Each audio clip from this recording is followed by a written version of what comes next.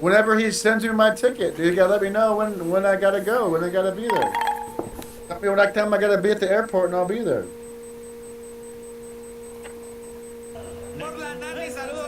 On the calendar, yeah, John. What day is it, John? Let me get my pen.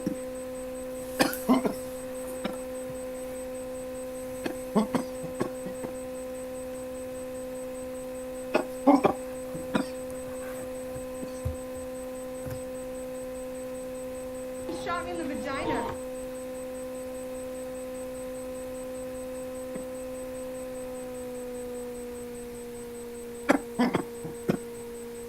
October 1st. Let's see what my Honestly, hate calendar snitches, looks okay? like. I don't give a fuck. I am a fucking snitch. Oh, there's something on my calendar. What is this? It says VP debate. Oh, shit. It's like October 1st is filled up. Sorry, bud. IP2. IP2. Sorry. Fucker shot me in the leg. Fuck! It's already there. Rainforth reports super chatted $10.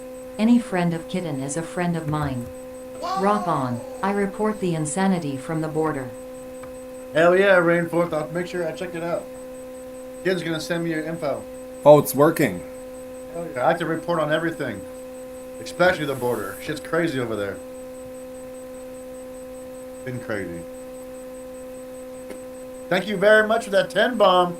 That's very generous of you. Thank you very much. Muchas freaking gracias.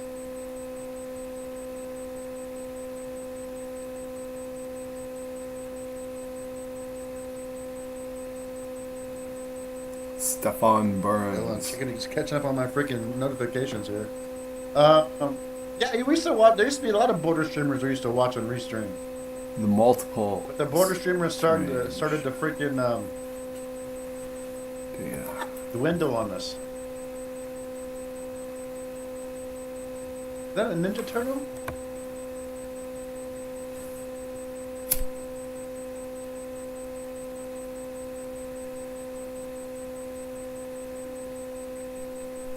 Hold on, let's see who the people are at.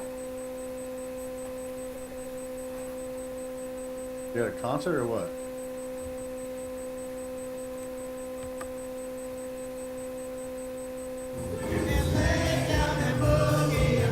Funky music till you die. Tell stick I made I made IP too. Like that? You want on or what? I own them shits. You want in? Wanna buy some IP2 stock, broski? Wanna buy some IP2 coin I got? Then let me know. Get you in on the early release, bro. Don't you worry. Guaranteed to double or triple your money. Guaranteed, dudes. It's not a rug pull, I promise. Swear to God, promise.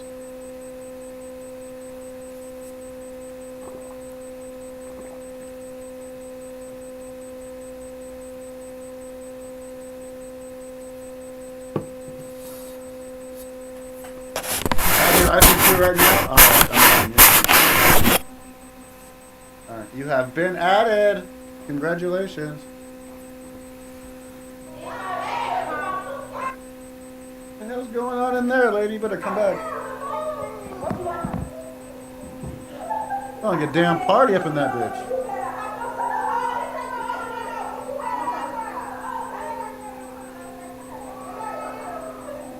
Here, babies, kids.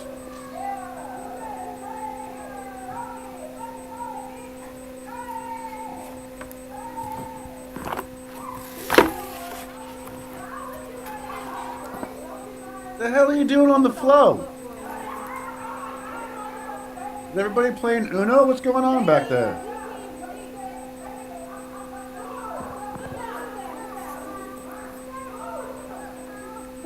That kid wants some attention?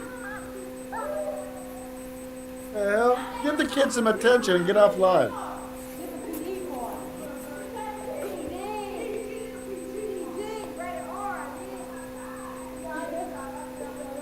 I bet she drinks tequila. What do you guys think?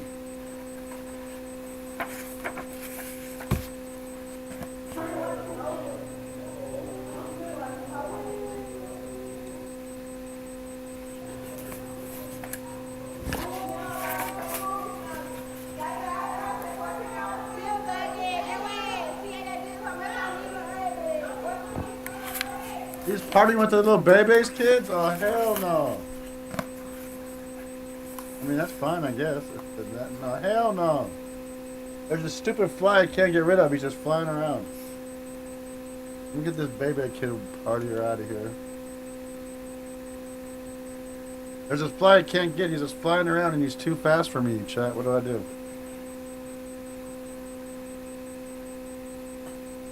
Whoa! Look at those girls drinking Modelo and dancing together. Look at all the guys watching them. Having dreams. Fantasies.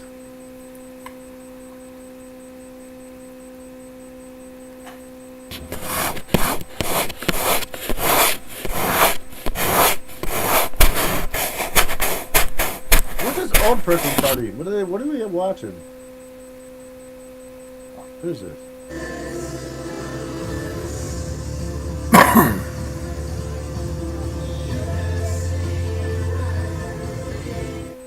The fuck is that? Oh, just a bunch of people dancing on stage, pretending there's somebody important.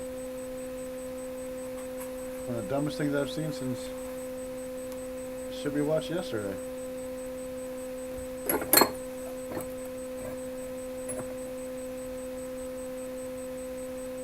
And how come? Never mind.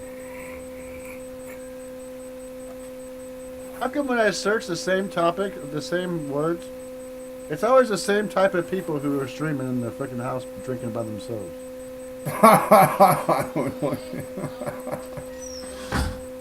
Look, it's very common. rarely anything different. I don't understand.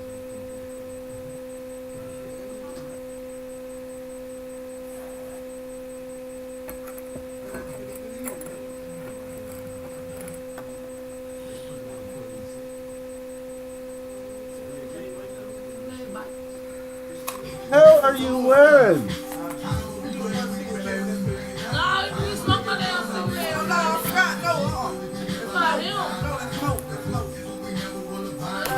What the hell are you?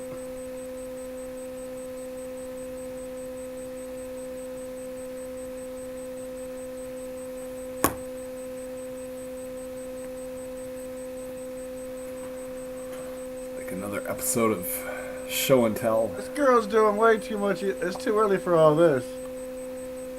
She gotta be way more stoned than that. What in the hell?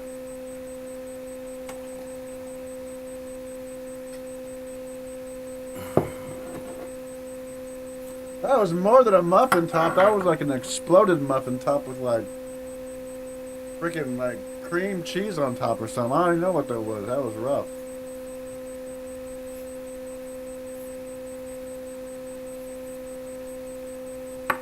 That Little John? Who is that?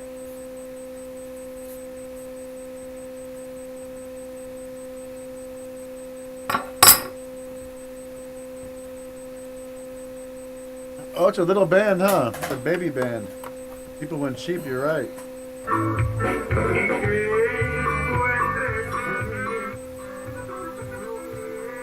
Man, they went cheap, dude. You're right. You ain't joking. What's up, Dan? I gotta eat some oatmeal. Oh, someone's singing. I wonder who that is. Let's see who it is.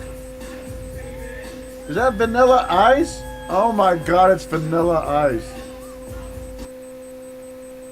That's Vanilla Ice, bro. I knew it was old person's party. Who the hell buys tickets and pays to go see Vanilla Ice?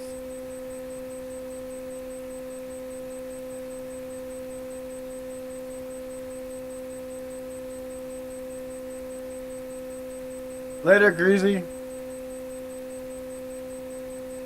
Keep it sleazy.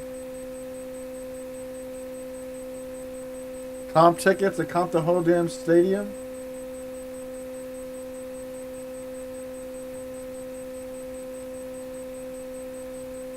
The star-studded lineup, folks. One and only Rob Van Winkle. Rob Van Winkle on the stage, just killing it. Keep the crowds going crazy, folks. Look at him. Oh, there's plenty of seats in the back in case you want late night tickets.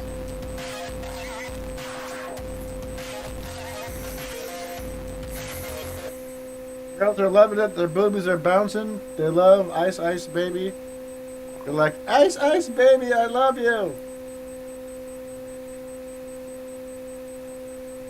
Let's see. Remember my 5.0 and the rag top down to my hair combo. Oh! Imagine my hair in a rag top 5.0. Rolling down the A1A, Beachfront Avenue. Oh yeah. You ain't seen nothing yet, Mr. Ice Ice Baby. You ain't seen nothing yet. Hey Gamma, how you doing?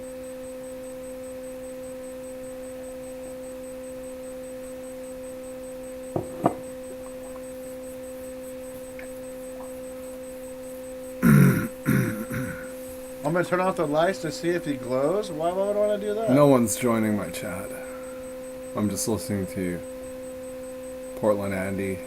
Sounds wild. Was Very like, is he like nuclear or what? learning about IP2. IP2. What is IP2? Always wins. Old as vanilla. Oh. Old is Milli Vanilli. We're way down the list, bro. No one even searches this anymore. 56! Bro, I ain't gonna pay to see some 56-year-old dude on stage. No offense to all y'all who are 56, but I ain't paying nothing to see some 56-year-old on stage. What if he slips and hurts himself?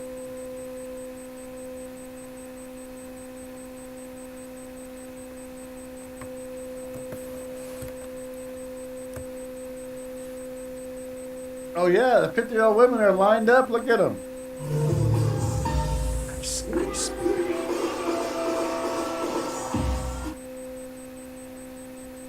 Hey, the Google says 56, bro.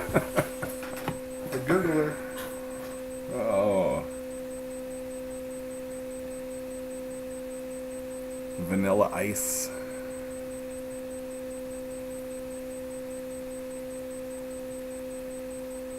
Ah. 91-year-old Willie Nelson played guitar at Farm Aid.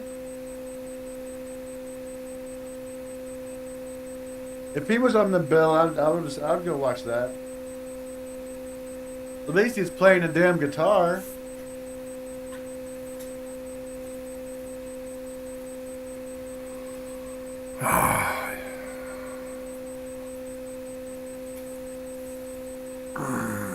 Just not feeling Oh, it. he's smoking weed too.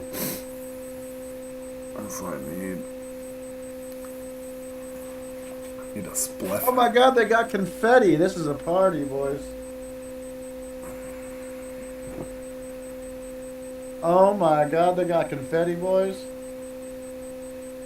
Should have had tickets to this. That worked all day. Oh, we got some kind of police joint here. I'm not sure where this is at though. We'll find out hopefully. It's a day off. Everybody is working on the weekend. Some kind of police.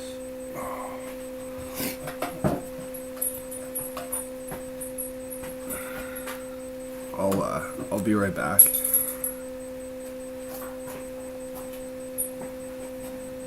What's going on? Tell me now. Yo, turn it back around. We're turning back, developing. Oh. Even the churn turned back around. That's crazy. Even the children turned back around, folks. The police turned y'all back around too. Even the children's turned back around. Oh, don't leave us. Come back. I just put you on there, girl. I wanted to hear more about the children. Damn it. Why did you have to end your stream in like 2 seconds? I wanted to see the police. I want to know what's going on.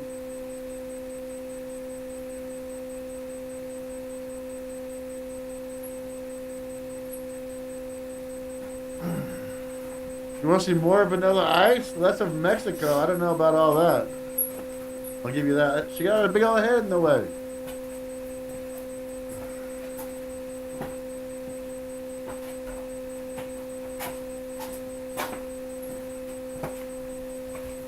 That Vanilla Ice?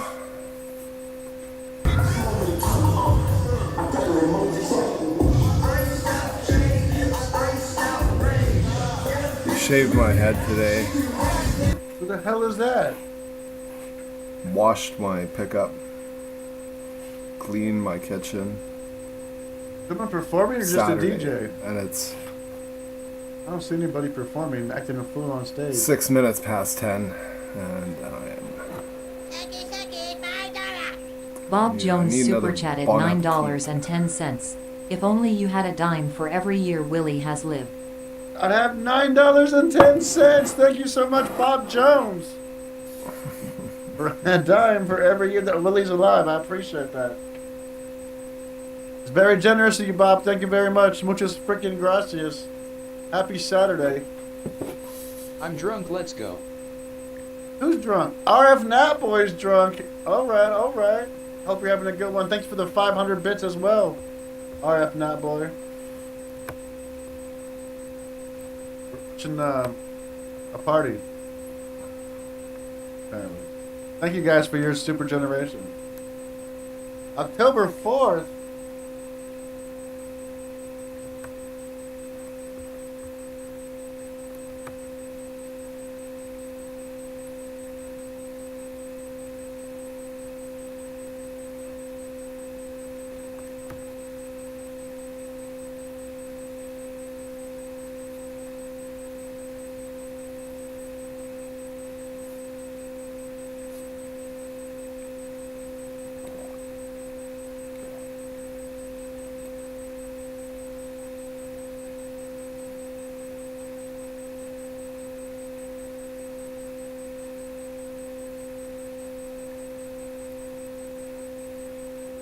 Just thinking of something to say.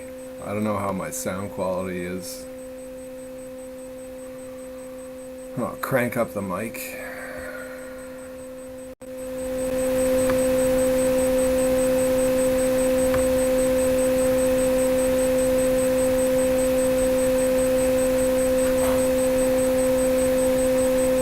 Want to talk about, I don't know, talk about what's on the menu.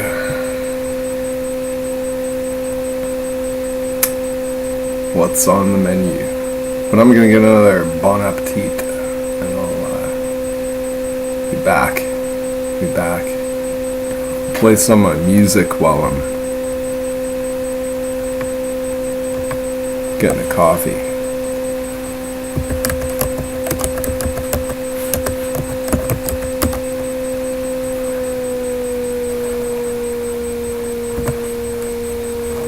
You can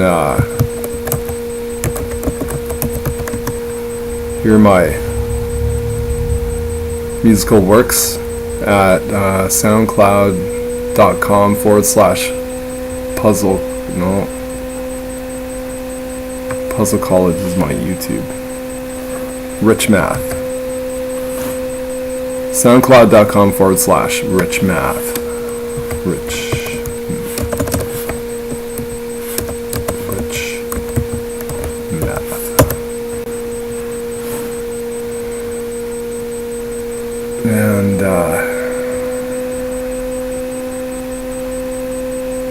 And yeah,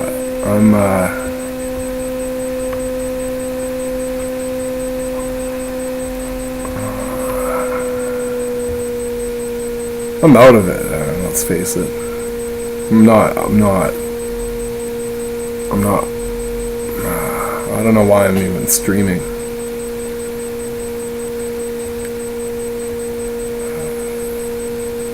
We'll do this. Okay, I don't do drugs, but I wrote a song about doing drugs. I'm gonna get another Bon Appetit. Call me on the telephone. You wanna know the store. Well, I finished all my laundry and then putting on the chores. I saw the New York Times crossword puzzle before brunch. Now I'm just sitting around on the couch doing drugs.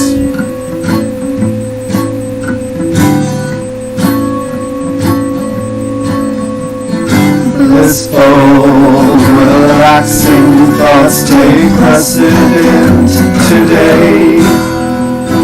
All my obligations met, the limo's on its way.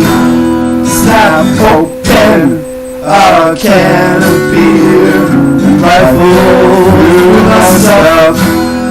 But you argue black is white, and I can never get enough.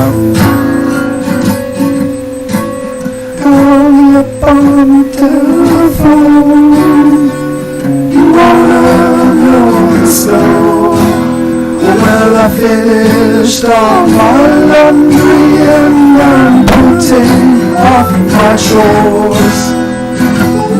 Saw the New York Times crossword puzzle before brunch. Now I'm just sitting round on the couch doing drugs. Doing drugs.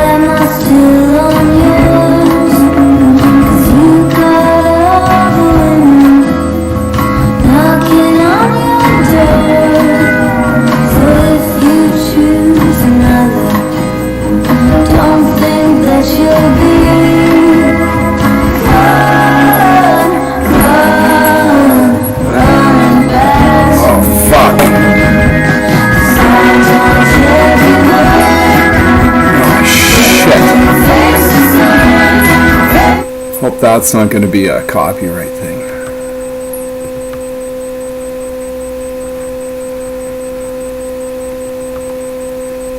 You know,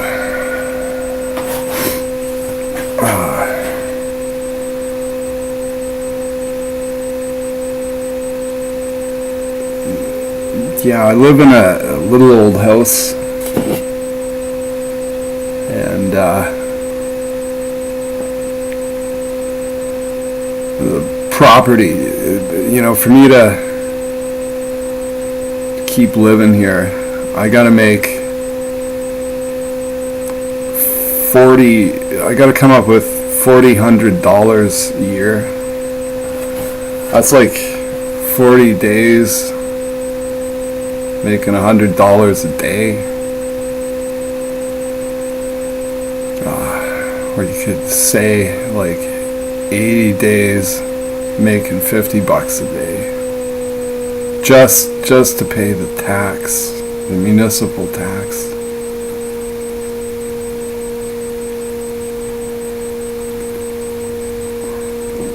It's almost untenable. And yeah, you know, like me, you know, that's a lot of work, a lot of earning, and I gotta play with spades and rakes, shovels and bobcats and tinker toys and fuck, just like I don't know if I was cut out for that kind of stuff.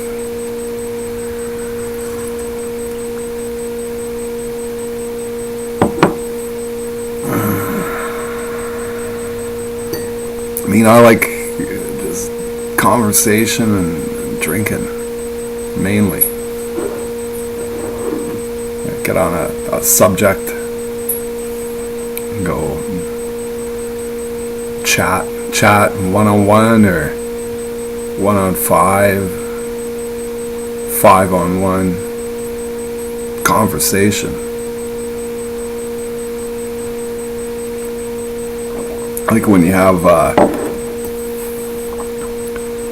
try and bring up a subject at a party where everyone's smoking pot.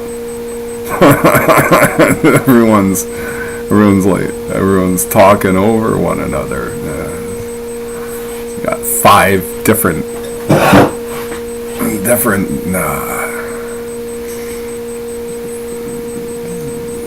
pontificators. Just nobody's really taking anything in. They're all trying to get their stuff out there.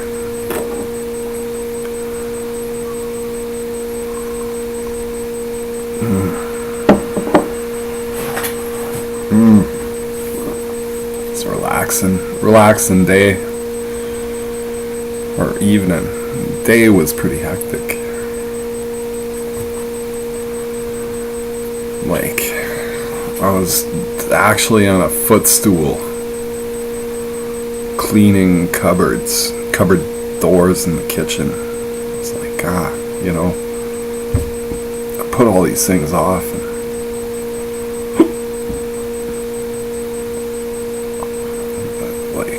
I'm always cooking, so I'm always doing dishes. It's like when I'm not at my job, which entails like anything from hauling things like a pack mule to using hand tools, and you know, for a guy like me, the alternative might be like coding or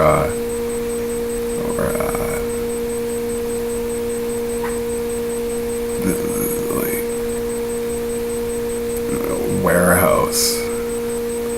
So at least I'm doing like kind of different things, learning something. I've never really been much of a home reno kind of enthusiast. I like watching, I like seeing how it's done, but to actually get down on like knee pads and start putting in the floor, it's like at my age.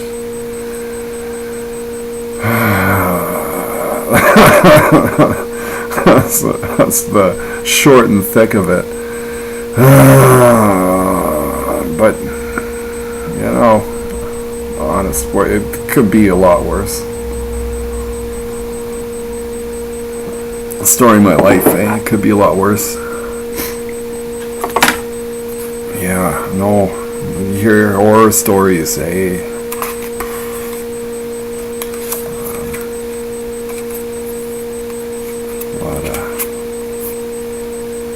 A lot of folks I met, you know, never had a chance. Like I got kind of messed up, like being, you know, maybe spoiled. Never had the really, never even an expectation. Well, there's expectation. I'd hold down a job or get some kind of career path or something, but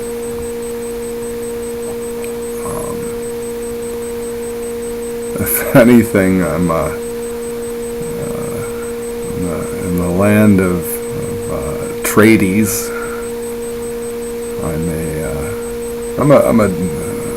I'd say I'm a bona fide journeyman helper. I'm a journeyman helper. God damn it, I'm proud of being a journeyman helper. I should have even petitioned the should petition the province to designate helper as a trade.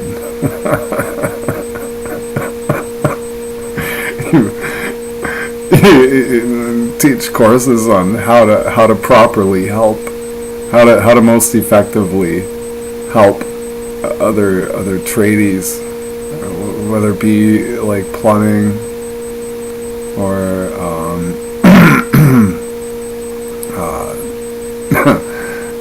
pipeline insulating or landscaping. Well, I don't think that's landscaping is I don't think it's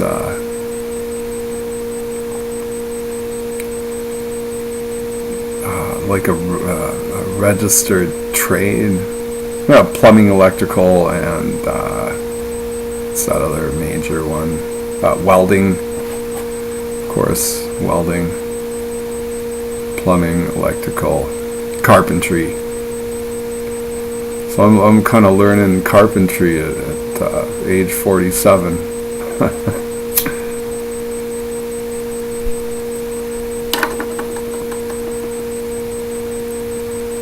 Not that I haven't, sawed a few planks and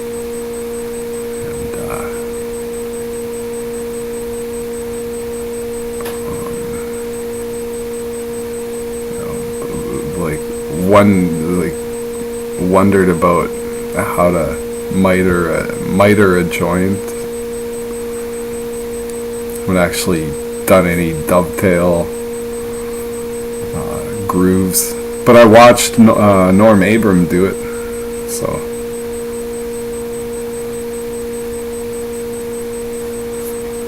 yeah, I was watching a documentary on Norm Abram. I only got up, I didn't get past the intro on, was sort of a tale of woe.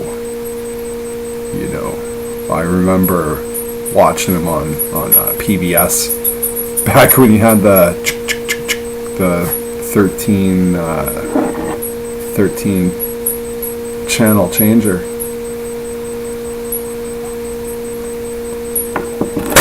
Norm Abram, New Yankee Workshop, and then I think it was this other guy, Bob Vila. I think they're the pioneers of the whole. You want to do it yourself. We'll show you how. Kind of TV, demonstrative movement. Public broadcast television. So kind of the days. That was my job as a stay-at-home son. I was like, wow, that time I was too young to really go and live at 7 years old, 8 years old, 12 years old, or whatever.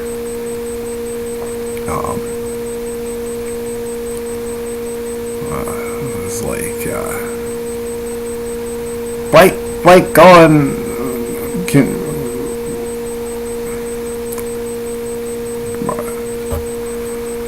trying to channel my mom.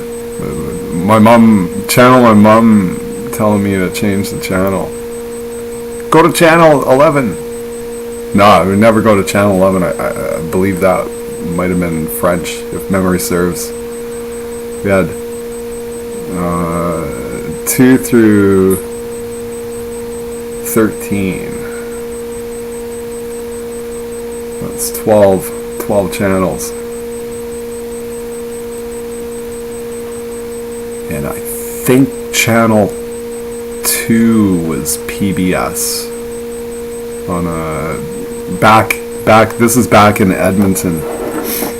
I'm getting excited now. I'm surprised Saturday night at this hour. Ordinarily I'd just start day drinking on a Saturday.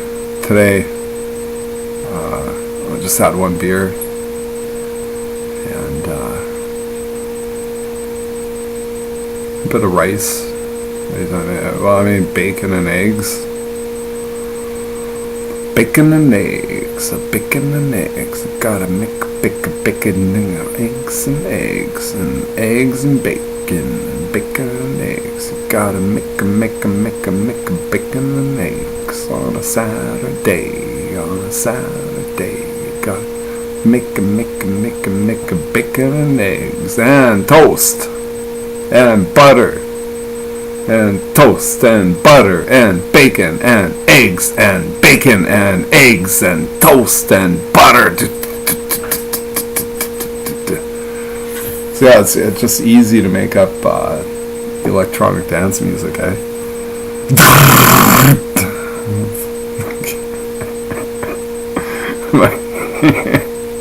Some of this modern music, I'm like, how bad does it really get?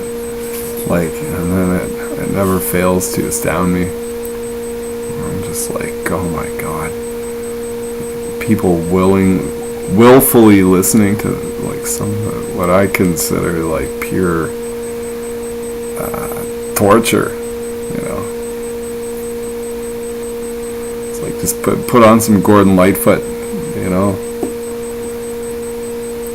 or Steely Dan, you know.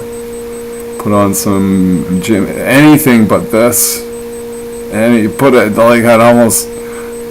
I swear to God, like I don't want to hear patio lanterns ever again in my life.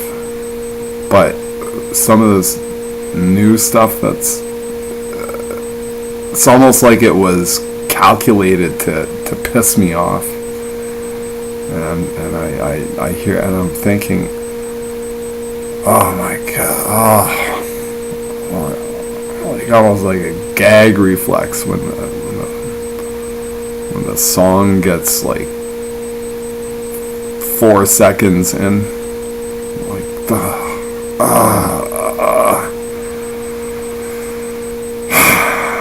but I'm a big boy. I can hack it and just tune it out.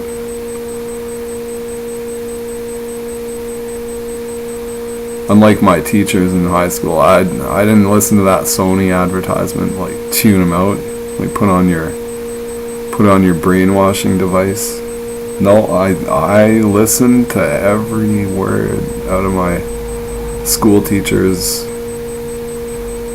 lexicon.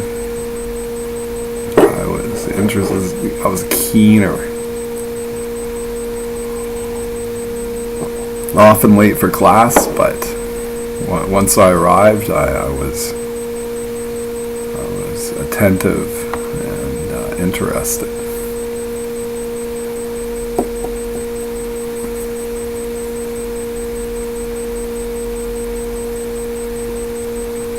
I know I smoke too much or too little, depending how you look at it. Provinces say I smoke too little. They just want the lucre, the filthy lucre, unfair, what I consider unfair tobacco tax. It's like, oh yeah, well, counter argument is, yeah, well, you're gonna need triple bypass one day.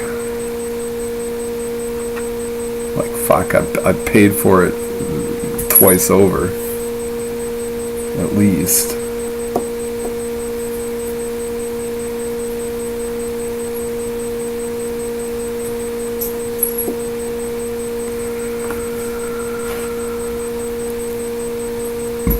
I would be like let's not even talk about it. Just something I do. Smoke tobacco, like countless before me have done. Some tobacco smokers live well into their 60s. Some, yeah, it's a thing.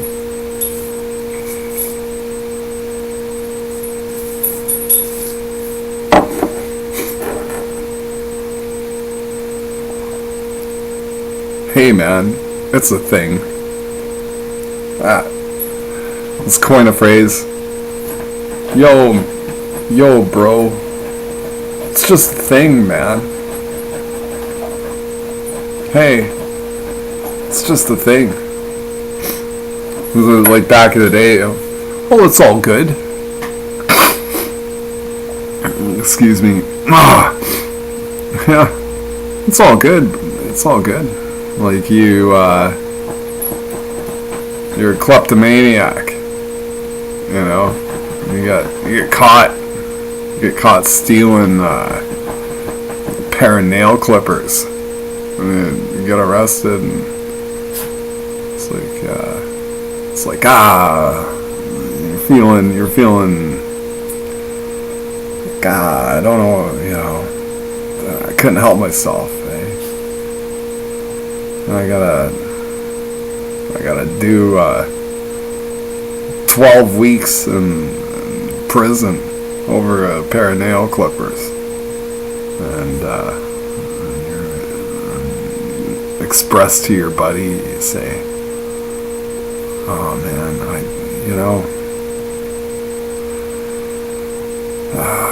I'm a scoundrel. I'm a real scoundrel.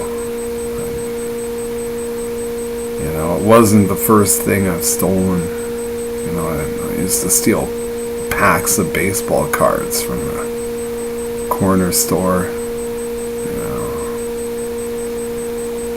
I stole so many baseball cards that caused the proprietor to go out of business, and his family. I saw his wife at the food bank one day.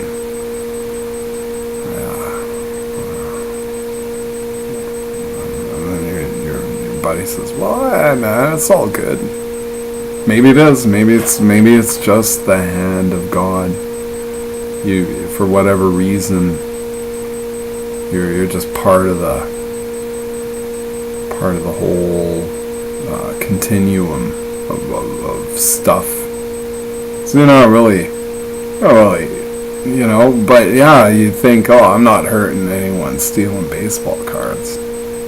But then you see how it drives someone out of, you steal so many baseball cards, like the bodega operator can't, you know, pay the gas bill or something. And his kids are, you know, they have to get pull out the Arctic sleeping bags. There's no cutting off natural gas in northern climates here in Canada. I know that. I worked at a gas company.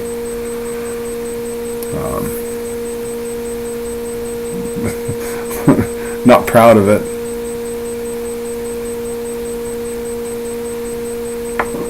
Like on the phone, it's like, that's hello. Is this Mr. Xavier? Let's pull that out of the sky. Is this Mr. Octozoth? Oh no. Well, I'm calling because we have at this are you residing at X2X2X2X Street?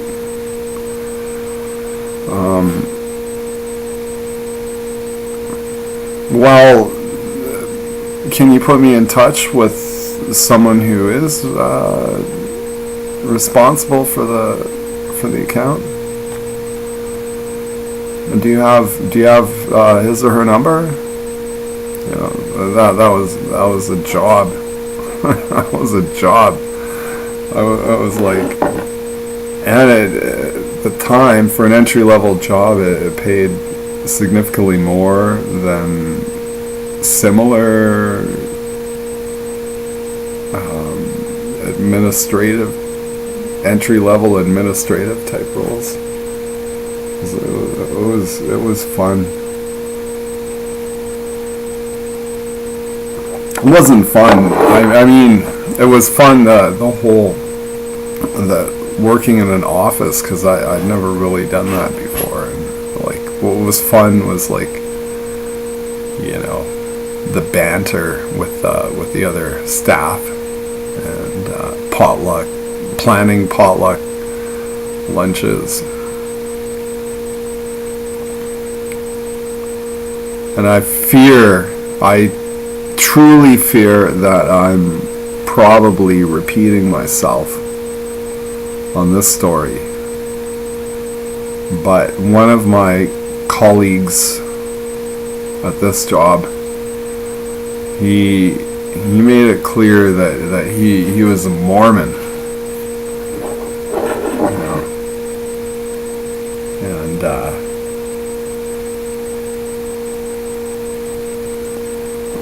he was a Mormon who was at the time I think he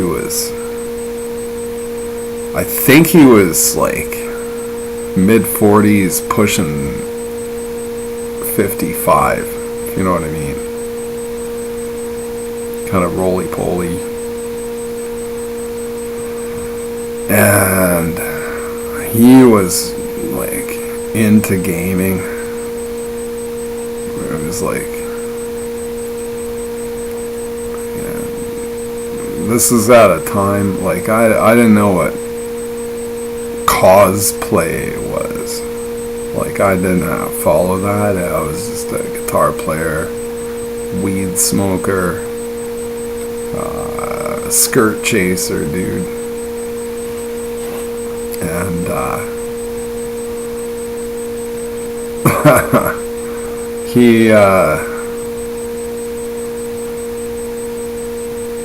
he was fairly witty, well spoken, and so we had a good dialogue.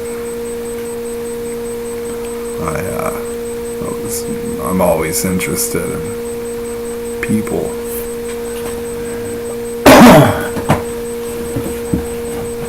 My fellow people, shout out. And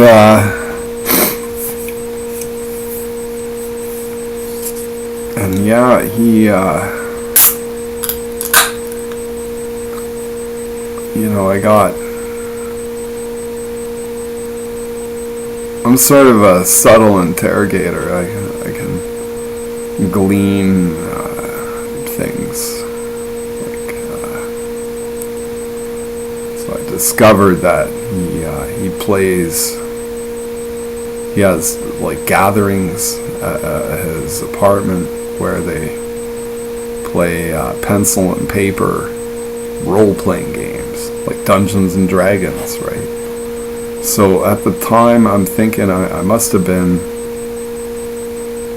32. I'm thinking like it's like a little old for Dungeons and Dragons, but it's I played it as a kid. I was pretty fascinated by it, and I thought, wow, relive my youth and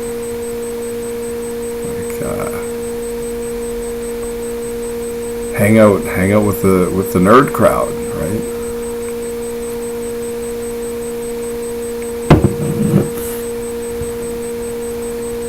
Harmless fun. And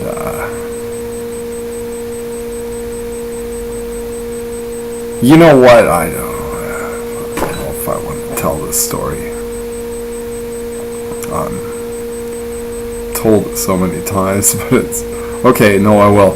Okay, so the ladies in the office are planning a potluck lunch, and we got a half-hour break for lunch. Is that I don't know, the half, like, gonna take lunch, like, you may as well take an hour, because otherwise, I find in my current job, you know, some days I won't. I'll just pack a lunch and just like kind of, you know, I'm not a union dude or anything. It's, I kind of like having the autonomy or the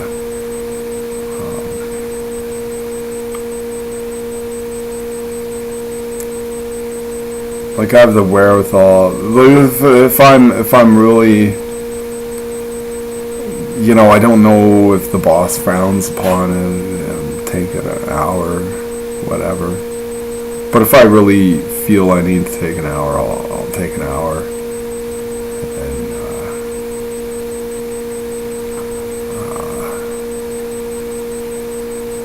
But yeah, a lot of these jobs, it's like half-hour lunch. Whether paid, if it's paid, I mean, that's okay, but still, like, is that really enough time? Like, a lunch break should be an hour, in my opinion. Or like, and not necessarily, it depends on who you are. But if you gotta, like, maybe go home for lunch and then go back, like, okay, there's like whatever amount of drive or walking time or whatever. With a half an hour, you're rushing to just, you know, make yourself a grilled cheese sandwich, right? Like cheese. Oh, you know, onion sliced. You're just going like mad. It's like you have to work during your lunch break, or like even if you're a fast food person, like, you know, there's a big lineup. You're tearing your hair out. Like, hurry up! I need my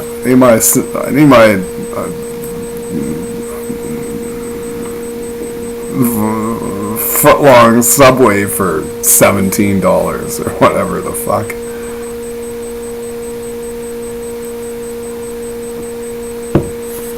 Yeah, I was like cleaning out my pickup truck today, and it was just, you know, I go to the mailbox, and without fail, every day there's like the flyers just stack up. Like, I don't check the mail every day, but every few days. And it's just like, it's always like, and then I have to sift through all the flyers just to find the important correspondence. It's like, God. And then I just want to shove it back in the slot and get your flyers out of here. Because they build up. Like, I swear to God, I got like, I'd probably get like, I'm gonna say,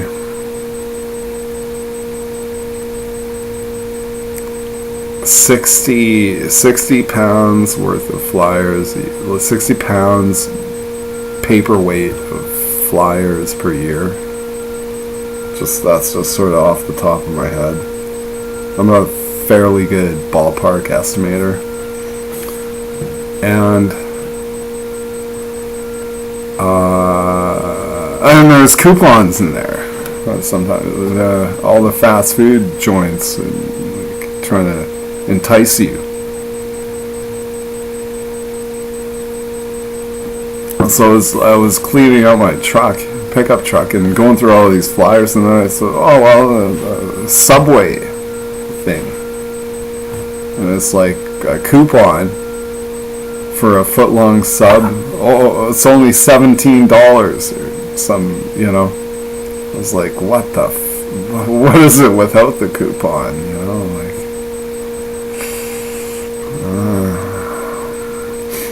Thank you very much. Like, I'll put in the 3 minutes to throw together my own sandwich, rather than, you know, mystery meat and all that.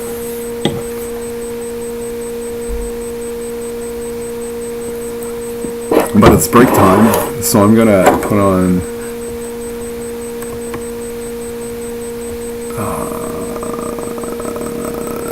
one of my longer songs while I take a break and refill my Bon Appetit.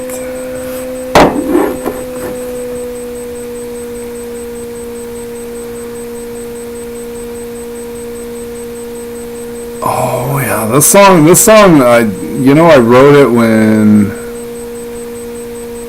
I used to watch like popular cable shows with my mom. No, I'll play this one. This one's cooler. It's sort of about a particular place, southwestern Alberta, called the Crow's Nest Pass. And it's just an imaginary tale of someone who, well, you'll hear it for yourself. Your fingers off.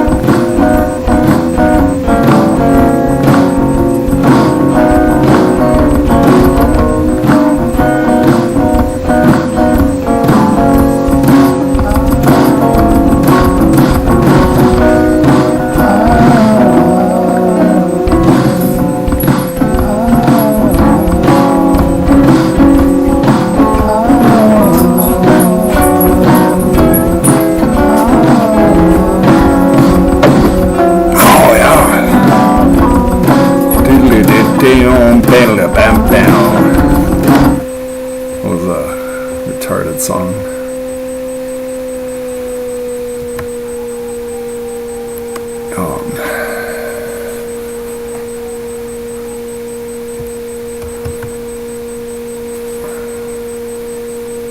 Yeah, I don't think my stream is in sync as it should be.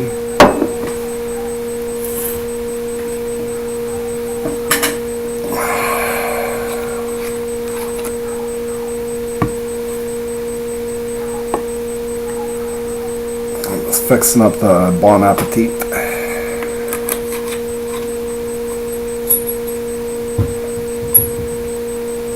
Bon Appetit.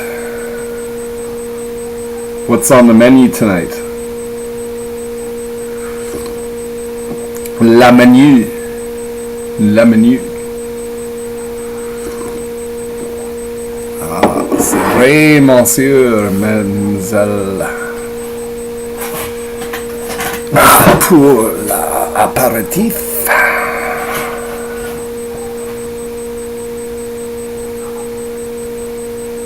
I think that's how you say it. As for the aperitif,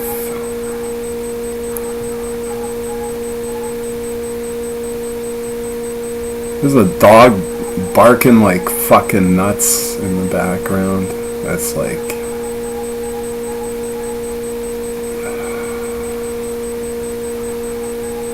what is that dog barking at?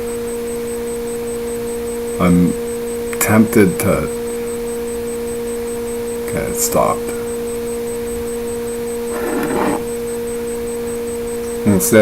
I'm tempted to waltz over there. Yeah, me, what am I gonna do, right?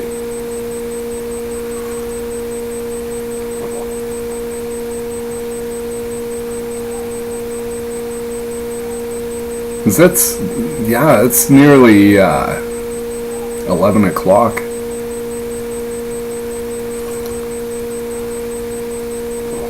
A dog fucking barking like crazy. What's going on?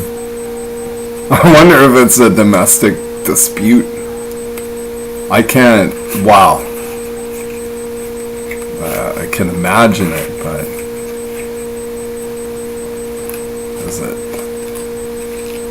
some like ne'er-do-well in the back alley snooping around, or some shit going down? I live in a sort of a bedroom community, so I find it somewhat alarming. So dogs typically don't bark at nothing.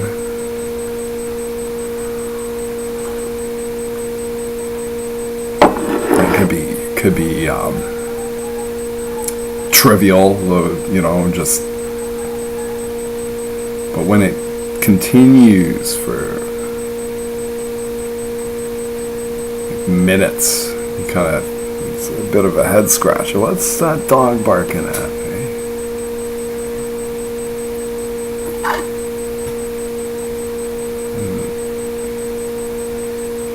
I kind of know all the dogs in the neighborhood.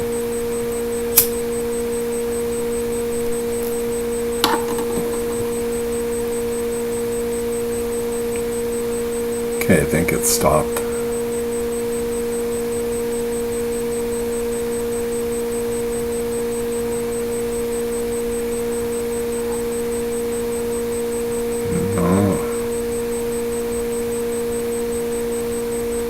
I just like old man now. Just want to march out there. What the fuck is going on here? What's going on around here?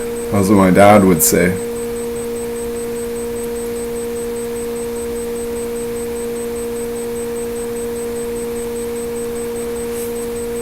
Hey, what's going on around here? Figure out what the commotion is all about. Why are you making so much noise?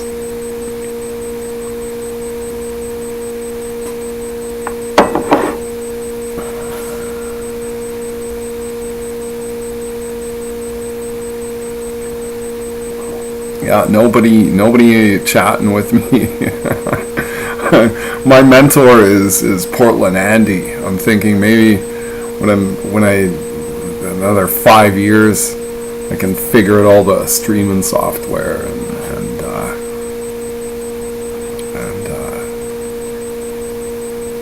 kind of get on his level. But he'll be more advanced by then. He'll have like multiple AI digital footmen and stuff going, and I'll be like 5 years behind. Like, wow, I'm pulling in streams and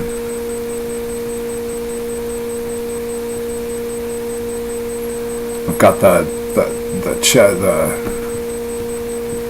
pay to get a voice readout over my stream because I'm so popular. Yeah, I'm so popular. Yeah, no. I'll tell you, my strength is live performance. I'm gonna say it. Give me a guitar, a harmonica, a stage, and I can, not gonna say mesmerize a crowd, but I can get like a couple of people dancing and stuff, hey.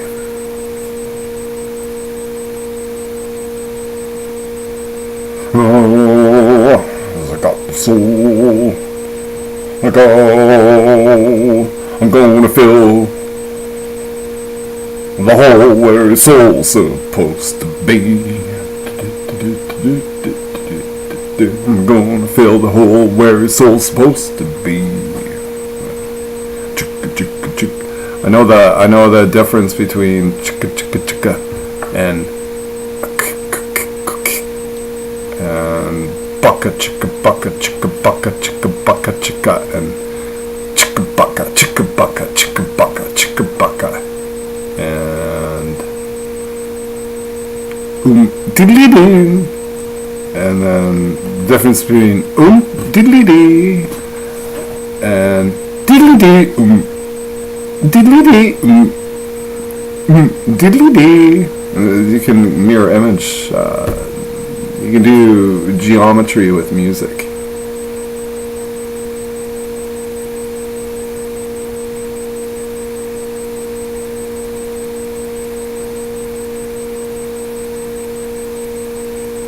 Pythagorean's theorem.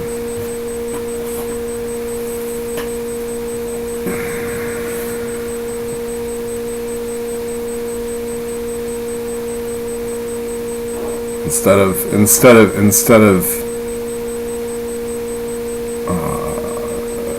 topological, it's sonic, it's fleeting, it's music. You could say like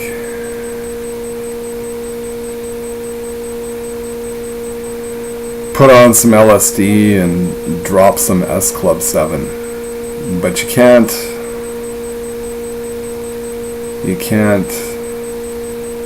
eat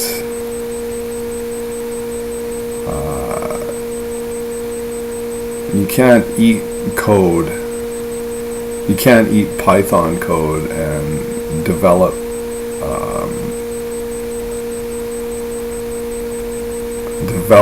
web. You can't eat Python code and drop. You can't eat Python code and drop S Club 7 at the same time. You follow?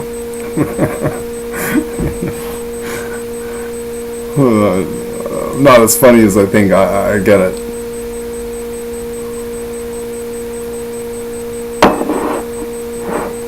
One funny man, Norm MacDonald.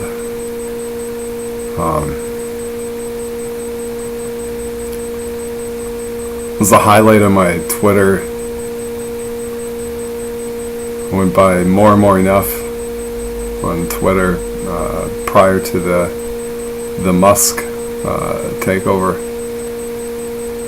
I had 3,000, roughly 3,000 legitimate followers. I made sure it wasn't, because you know there were bots and stuff, and I could suss them out. And I would make a point of, like, any genuine follower, I would write back to them and say, well, thank you so much for following me.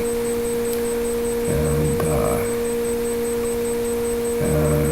then one day, Norm,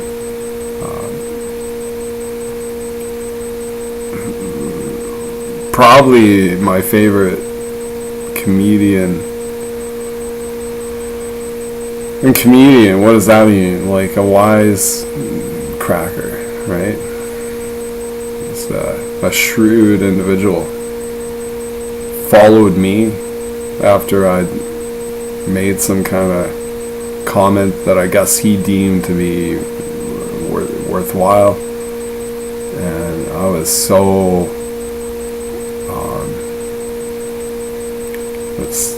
starstruck, why should I have been? You know, and it's not like he's any smarter than I am, but I'm just more well versed in modern era of comedy.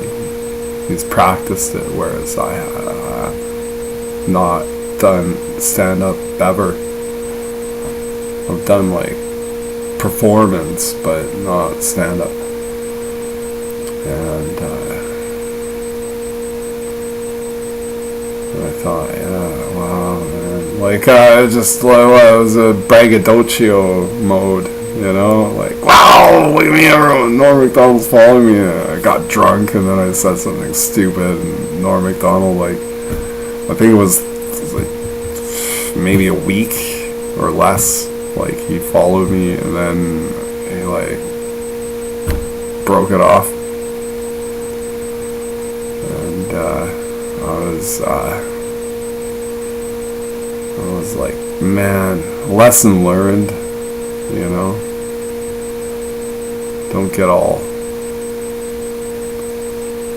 like, screwball-headed over, like, celebrity.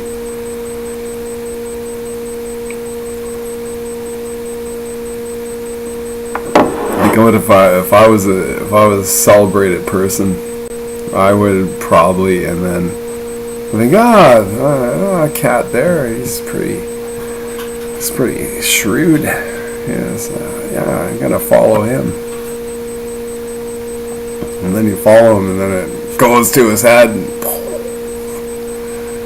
it's like, oh my God. And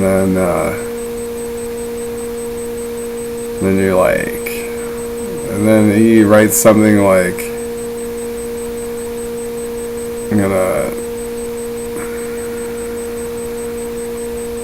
it's time to storm the Vatican. And it's like, I want nothing to do with this guy anymore. Unfollow.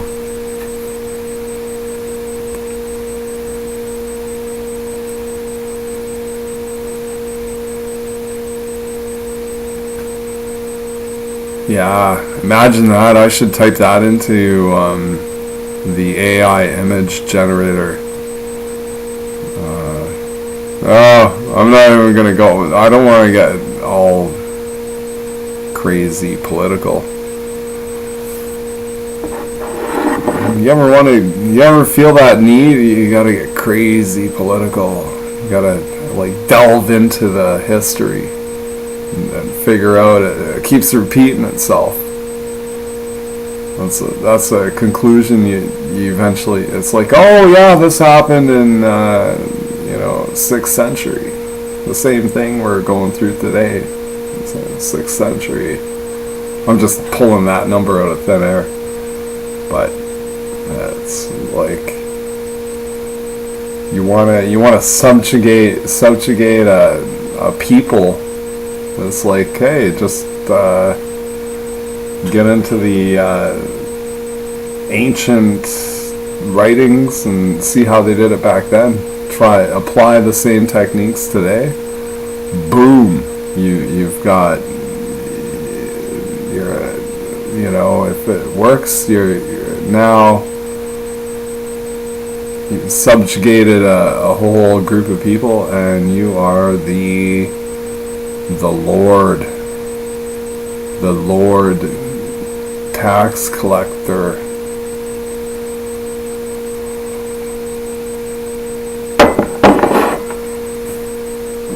That's what I feel. I feel like gosh, just trying to keep up with the modern age. It's so expensive. So expensive.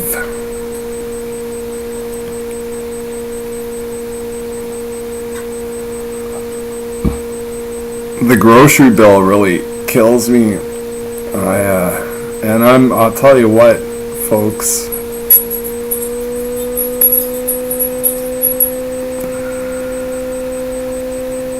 I don't want to get flack for using folks. All y'all.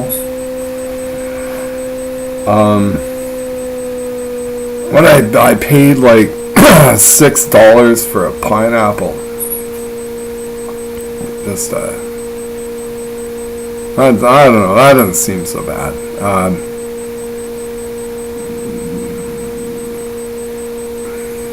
I don't. I can barely afford like luxury food anymore. There's certain things I don't really cheap out on. That's like, it should be meat, but now it's coffee. I like, if I'm gonna drink coffee, I want to have good coffee.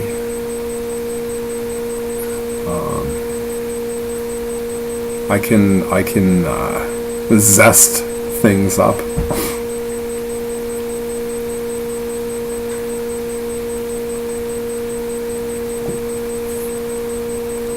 Running a house, like it's a house. It's like a starter house for a family. It's got like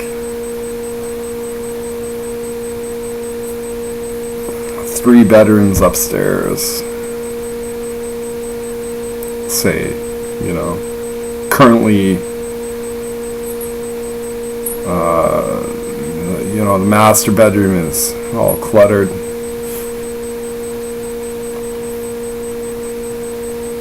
Needs like a good solid 40 minutes work to get her up to rentability status.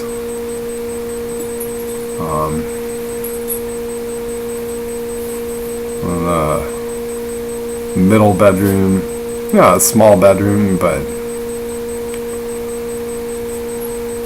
furnished. It's got a nice dresser, mirror.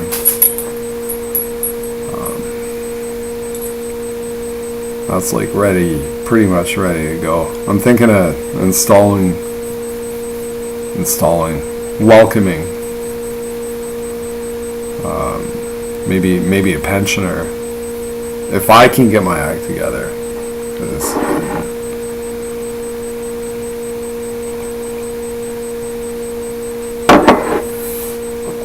it seems like I'm someone who always like, if I'm not cooking, I'm doing dishes.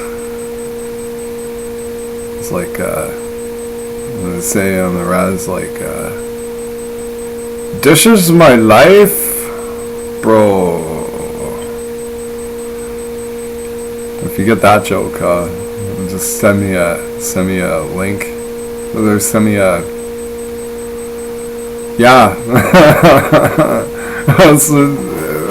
If I'm not after working a 8-hour day, 8.5-hour day, 9-hour day, it's like, now I gotta make something to eat. I'm not doing the Subway for $16 a foot long, whatever, with a coupon. You know, what is it without, like 18, 19? God damn, I'm not paying $20 for a sandwich.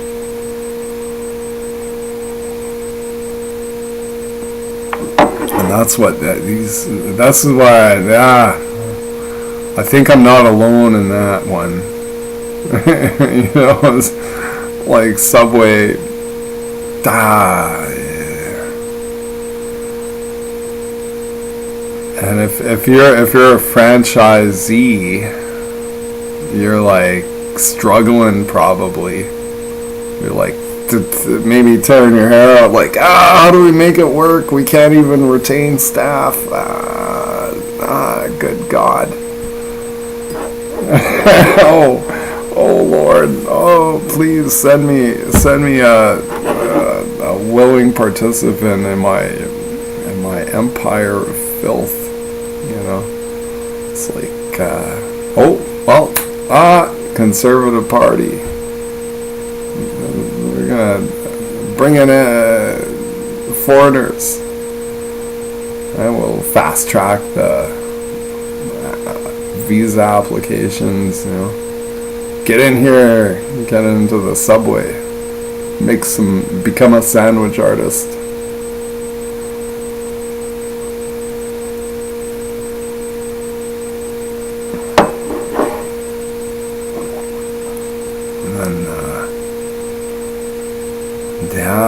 Yeah, what do they pay? Like, they can't afford to pay much. That's what I think is like the poor worker sees the franchisee, or the franchisee as being wealthy. But you don't know. Maybe the franchisee is up to their neck in all kinds of bills, and like they're walking a tight wire. In terms of like paying their insurance costs and all that stuff. If you play it smooth, like, if you're gonna be a franchisee, you better have a few bucks in the bank, you know. Just because, like, there's a strong chance something's gonna, pipe's gonna burst, and if you can't cover that cost, it's gonna be mayhem, and you can't get workers. So cry to the queen. Or now the king.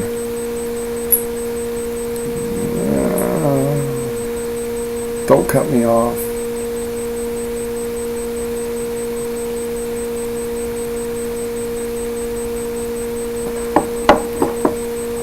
Listen to me, huh?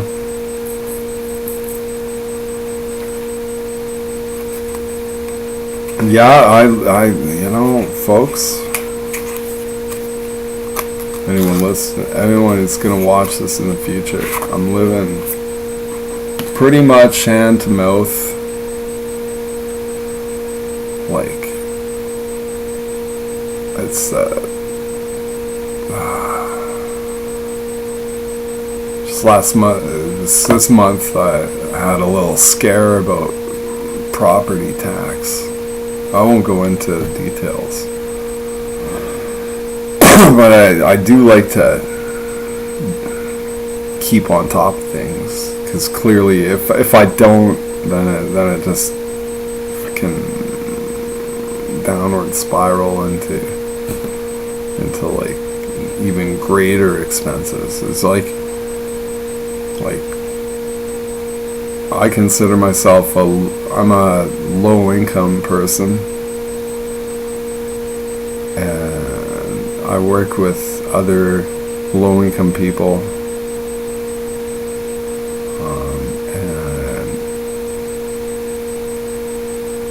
and even if they didn't, like, it seems it's reality. You know, even if they didn't make bad decisions, they still wouldn't be in a position to leverage themselves up, like in an upward, get themselves out of renting a place, you know,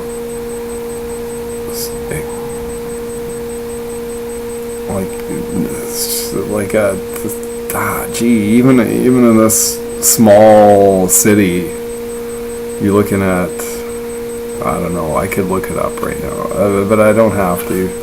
I'll just say, like, you want a 2-bedroom apartment. It's probably gonna be close to 1,000, like at least 1,000 a month. And you may only be making $1,600 a month. So that leaves you $600 to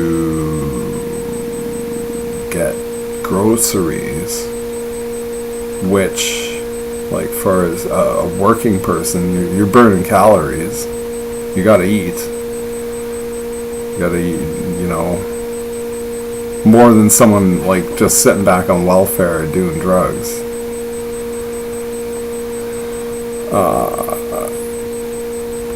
Let's say if you're frugal and you know the home economics, you can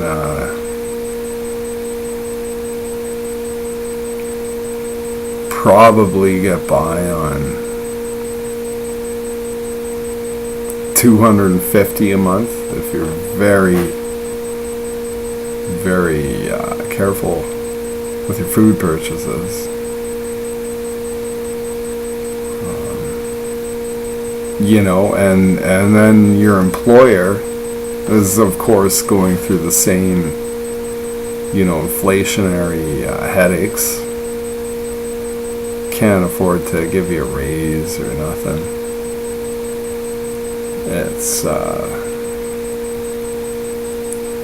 It's hard for working people. I know it. I'm one of them.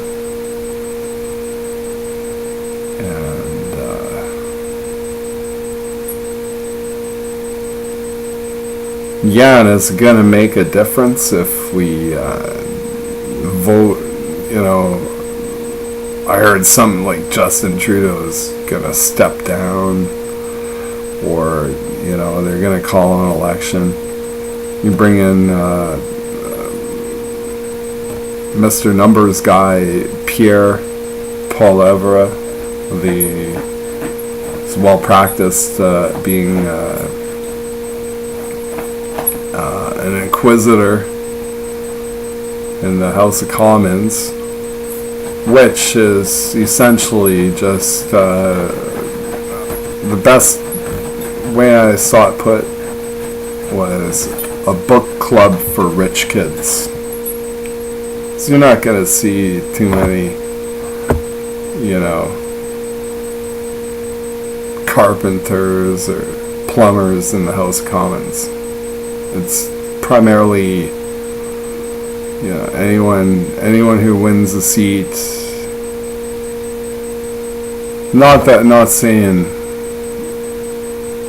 you know, there's backbenchers there, probably, you know, grew up on farms and stuff, but it's not easy to win a seat. You know, it's generally, I'm thinking, and correct me if I'm wrong, but pretty expensive to do a campaign, get in. But not necessarily, I'm thinking sometimes there's a shoe-in type scenario where you just put your name in the hat and, like, boom, suddenly you're a member of parliament, you know, because there's no contest kind of thing. But either way, then you got the party whip, then you get to Ottawa, and it's like, ooh, you're gonna wine and dine you. And you're like, holy man, like, well, I got like an expense budget. Like I can basically hire footmen. It's, you know, it's like I got a chauffeur, I got a car service, I get you know, all these perks, right? Got to be careful with those, like, so it can't be seen as being like bribery or something. But same time, man, it's like, so I remember my mom saying that, like, once, you know, you have the best intentions, and then once you get to Ottawa, something changes. Like, they probably show you a horror show. It's like, this is what happens to people who don't toe the line. It's like, they sit all the new MPs down in a theater and show them some kind of horror show, and so keep your mouth shut.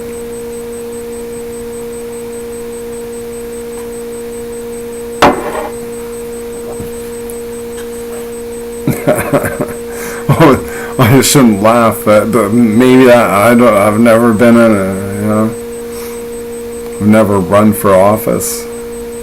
I thought about doing like municipal, like I'm gonna be the mayor of my town, and but I slapped myself. So much. I think of that JFK speech where we do these things not because, or how does that go?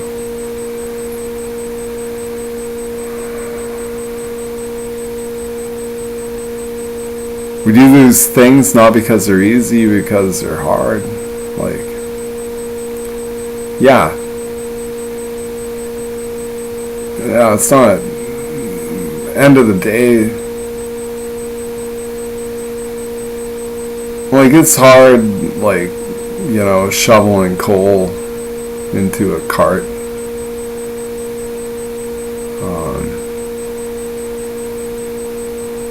But it's maybe in a lot of ways not as hard as like fomenting some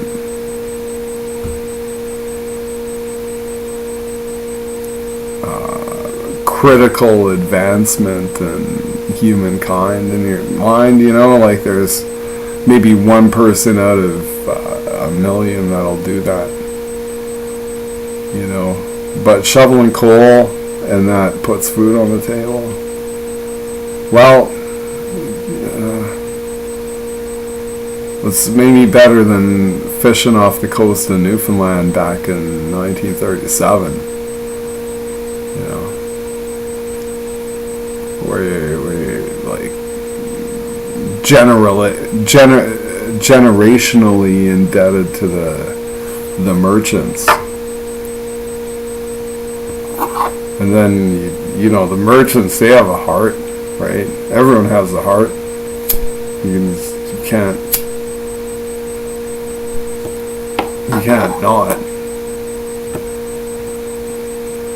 see the struggling families. I watched a documentary where the Wheelers and what's the other family?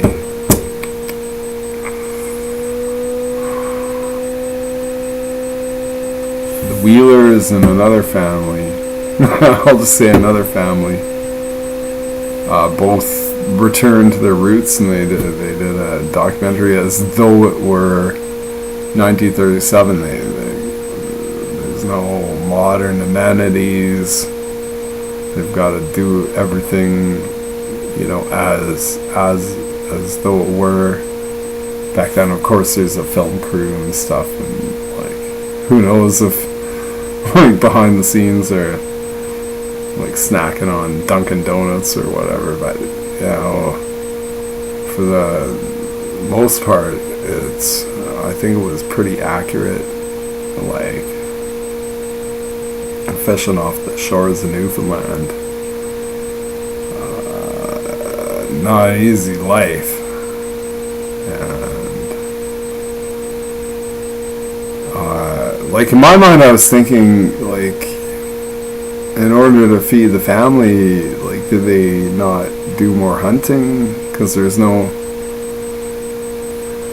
illusion to hunting, you know, like, and then, but to preserve the fish, and then they get, like, for their effort, we're talking, like, in today's wages, it'd be like $3 an hour kind of thing. Whereas in Alberta today, like, minimum wage is 15.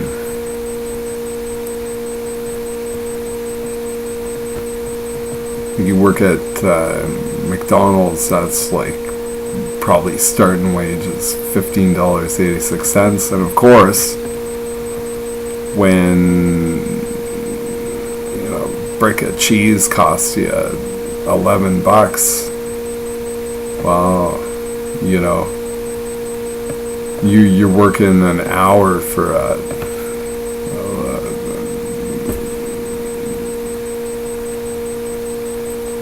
300 grams of cheese with, like, enough money left over to play a video game at the arcade. Few quarters in your pocket, plunk them in. Pac-Man, wow.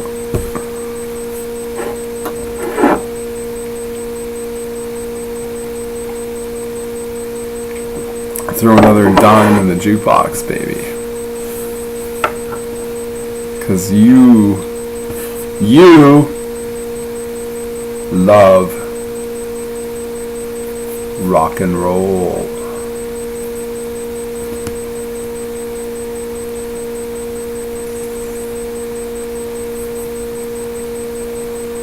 That's nice. You don't know where I'm at. You don't know the background. I'm just sitting here pontificating like a guy who just dropped out of the sky to challenge the Holy Roman Empire and unseat the Pope.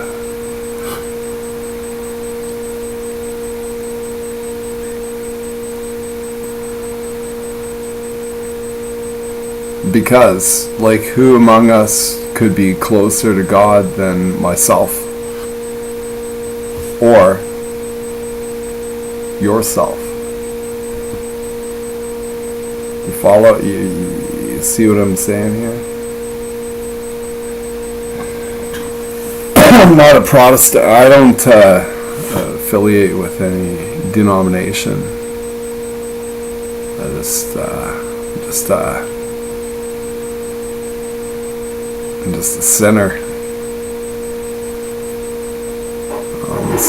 I'm a sinner. Man.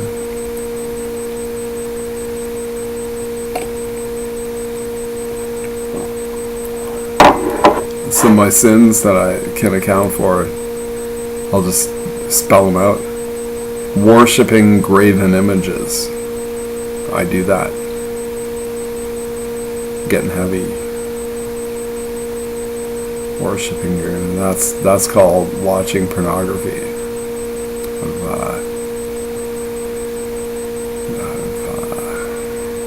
done. It's like having free time. It's like the what is that? Idle hands are the devil's playground. Oh yeah.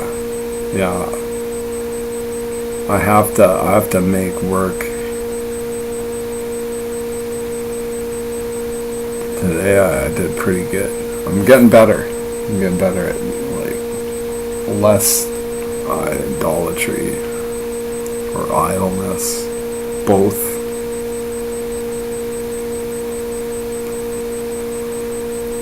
I'm kind of drawn back on watching videos of the soles.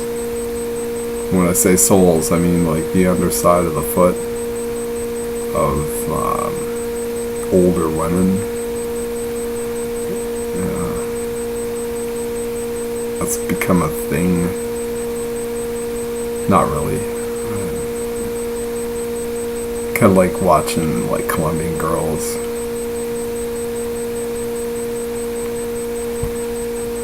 Do their thing. Yeah. Okay, enough of that. Tonight is... time is it? Do you think about time a lot? Like time zones? Like we're in different time zones? Really?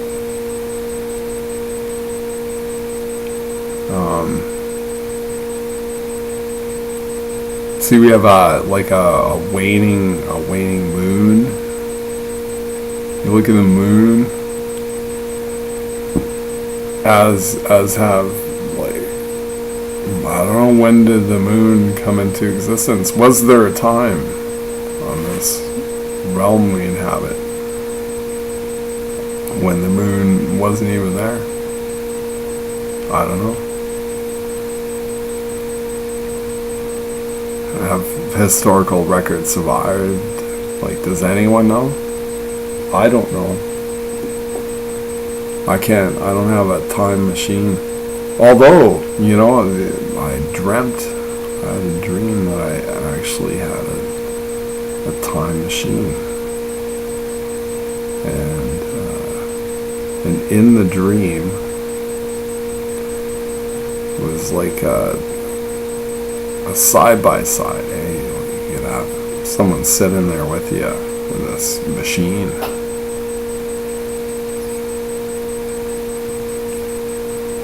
You had a set of controls. It was like finger-sized, right? Like a little joystick. And you could kind of move, advance, or regress, like through time with this machine. This isn't a like just dream, you know? And then no, well, that's not how my alarm goes, but some people have alarms like that, like or the old alarms, they like urgency, wake up, muster and money.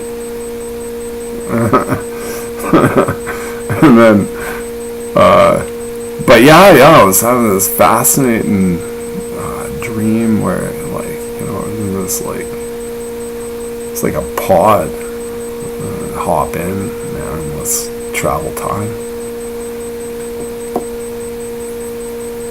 So that's in my waking life. There's nothing like that, right? Like, I just got a pickup truck. That's in a sense, a time machine, like relative to the pedestrian. Like I can go really far in the pickup truck, or it'd be a car or whatever, you know.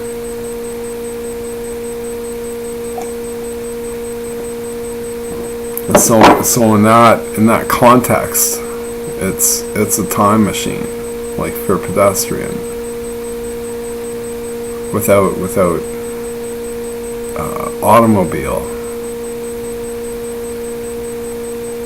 You look at people with automobiles are like time travelers, man. Like, if you gotta walk, you know, 2 hours to get somewhere, where automobile could be there in like 10 minutes or less. It's like that's time machine, man. In that context, if you can transverse like time and space, like with some kind of sophisticated contrivance, like that film, The Time Machine, I think they call it. It's the title. Like, you go like backward and forward. And time is like the fourth dimension. About structures, shapes, 3 dimensions. We can wrap our heads around that. We can wrap our heads around, the fourth dimension is predictive. What will happen if I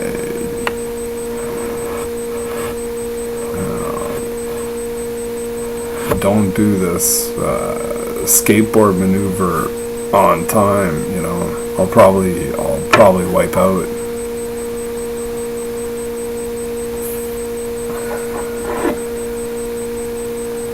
I'll go home and put some S Club 7 on the hi-fi. Eat some candy-coated popcorn.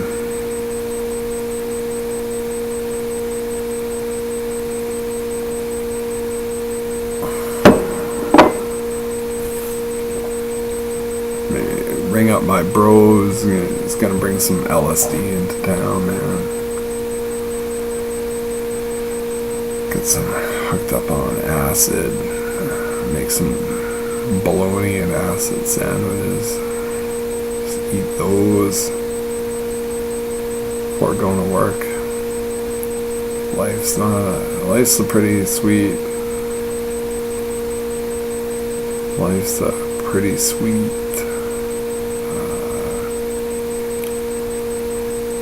We call that like barley rot. Just rot some barley, man, you're in business. Like compost pile, and like learn to pick out the little bits. I think. I don't know. I've never made acid.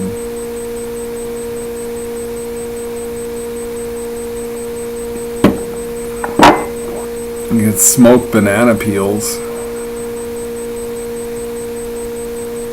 What's that band? Smoking banana peels, nothing's real.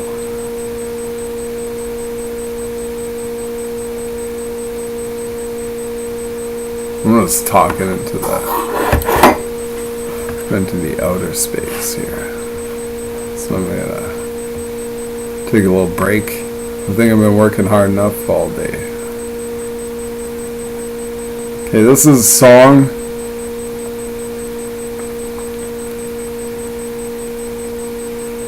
It's kind of metaphorical.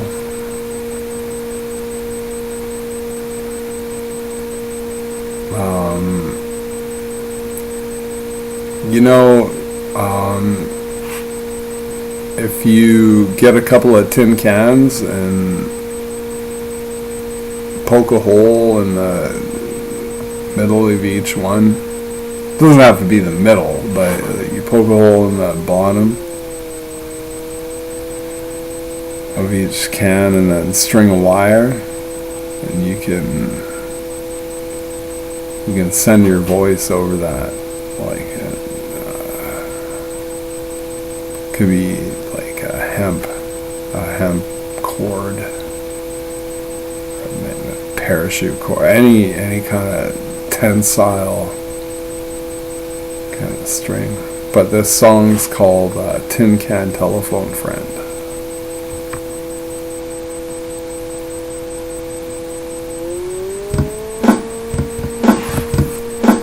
Okay, I'll be right back.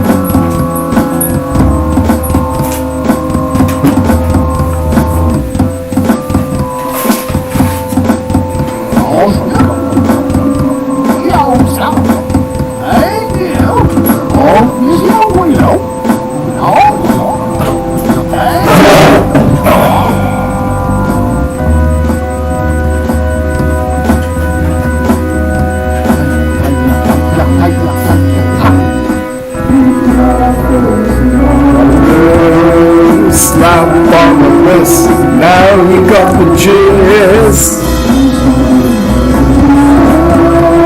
Indemnity clause, flaunting all the laws.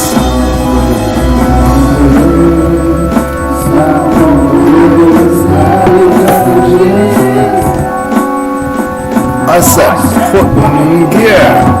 Put in gear.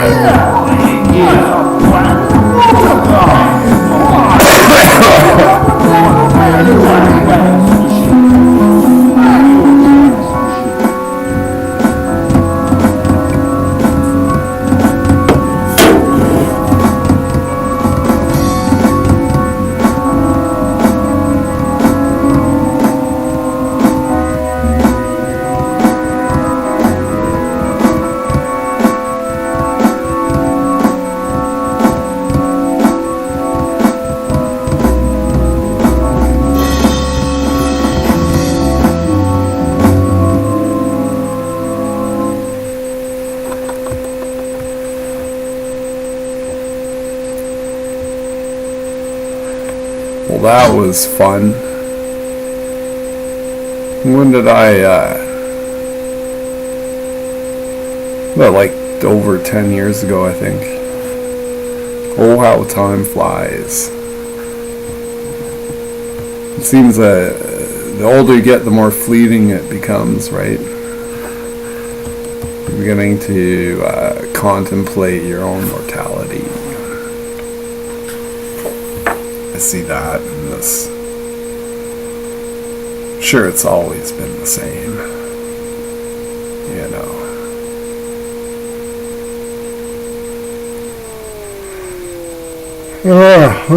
Oh boy.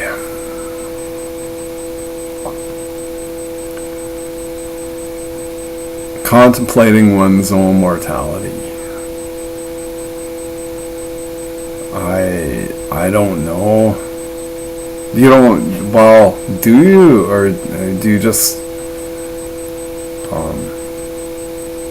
go for, like, you go for it, you know? It's like,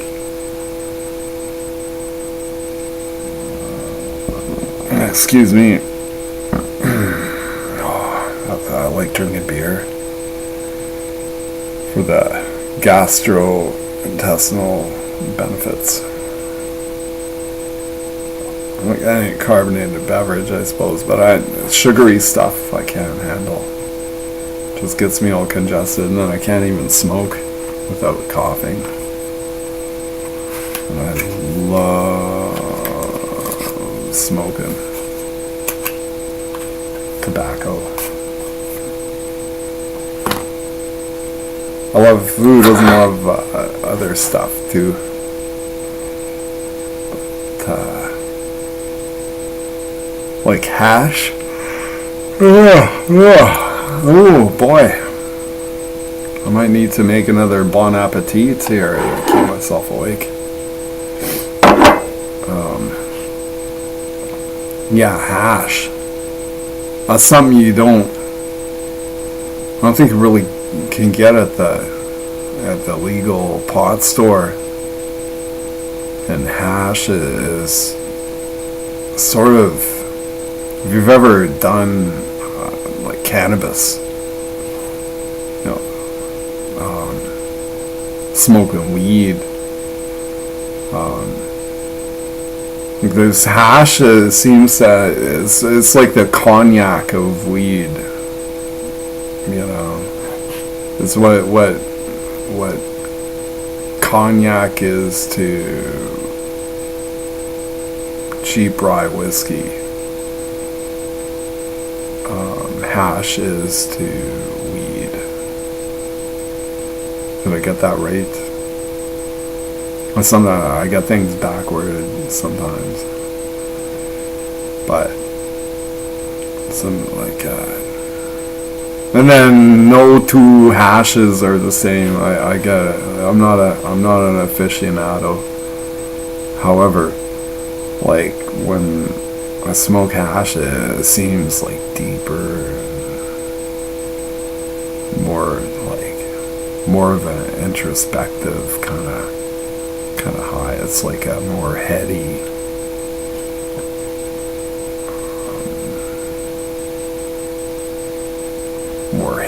experience, if you will. Like weed is like, or hash is like.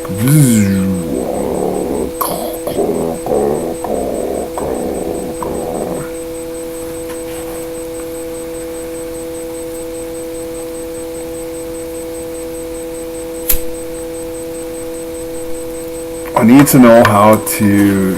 I found what I think might be a diamond in my bathroom, and I don't know who. I have a good idea who left it there, but it could be cut glass for all I know, because I'm not a gemologist. I don't really know. It looks like I kind of looked at it in the light and stuff, and I'm thinking, it looks like, I don't know. Is it cut glass? Is it like the way the cut was? Like, I think typically diamonds are cut more than this one. This is like, sort of like a 20-sided dice like face, whereas diamond would be like a 32-sided thing.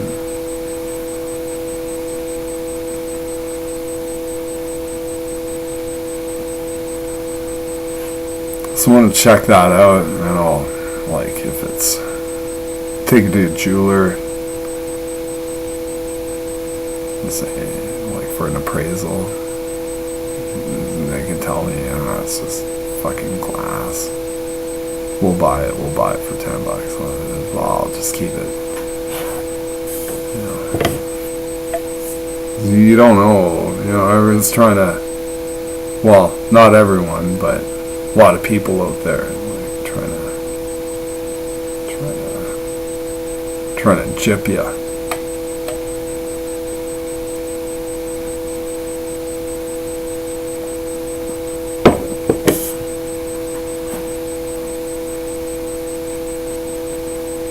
You ever take a expensive haircut in terms of finances? Let's check my chat dialogue here. I think my live stream is like delayed. I don't know. Doesn't matter. No one's calling me.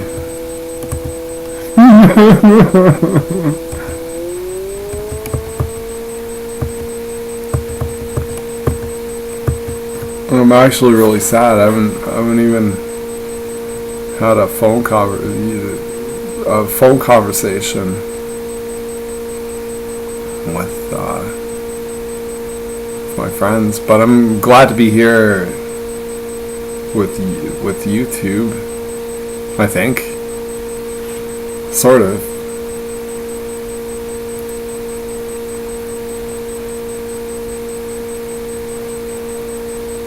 I'm pretty content just talking to my dog.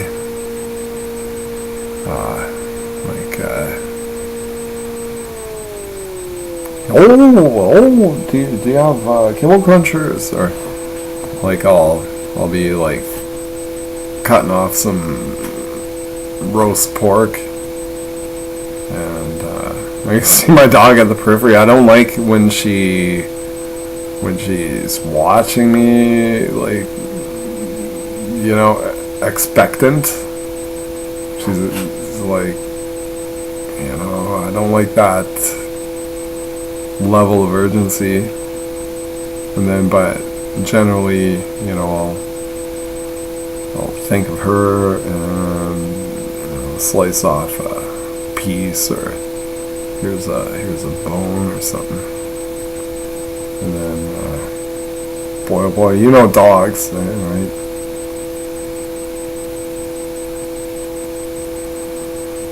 It's like a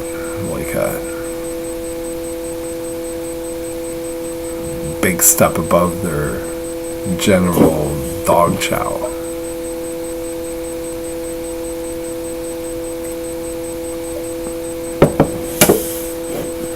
And they're quick Or at least my dog is quick to express their approval.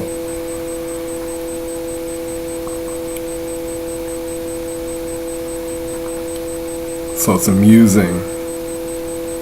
Oh, like, that's I think why people keep like dogs and cats. They're amusing. They've won their way into the hearts of many.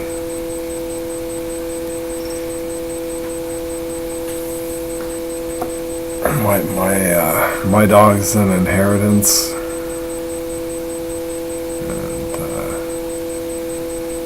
well, I'll bring her up. I think she might.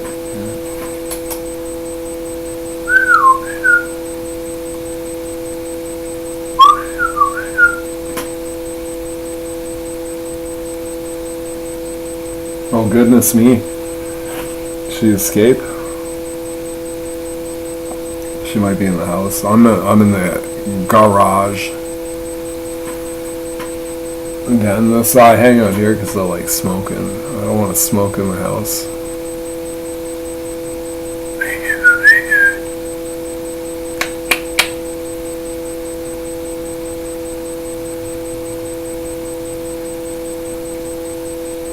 And now I'm worried. Okay, I'm gonna put on another song.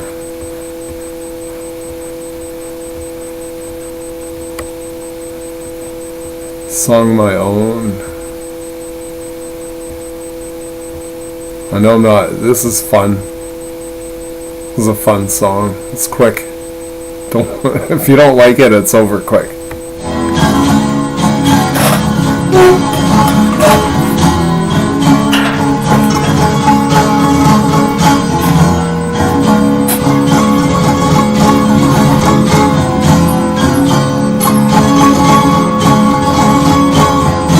Don't tell me what I do when my folks get around.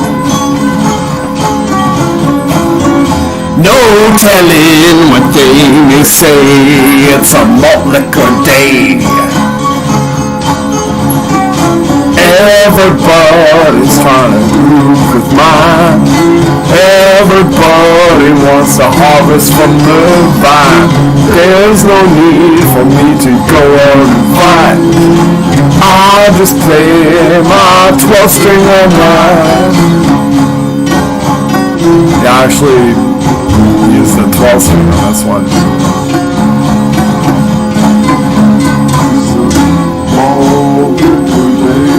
My dog was here all along, but she is she's photogenic but camera shy. Okay, everybody wants to do with mine.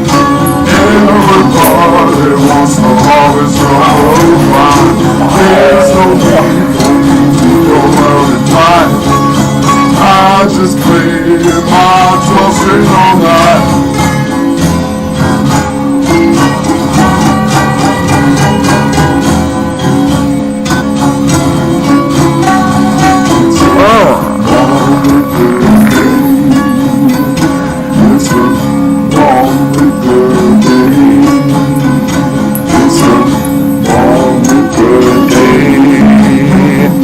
It's a long good day.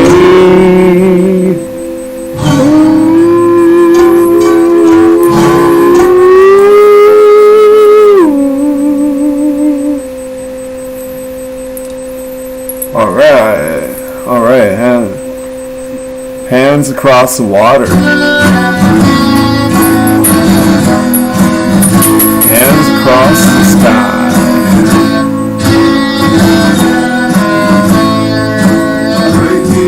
Behind closed doors, still it's never enough for you to admit you're often right.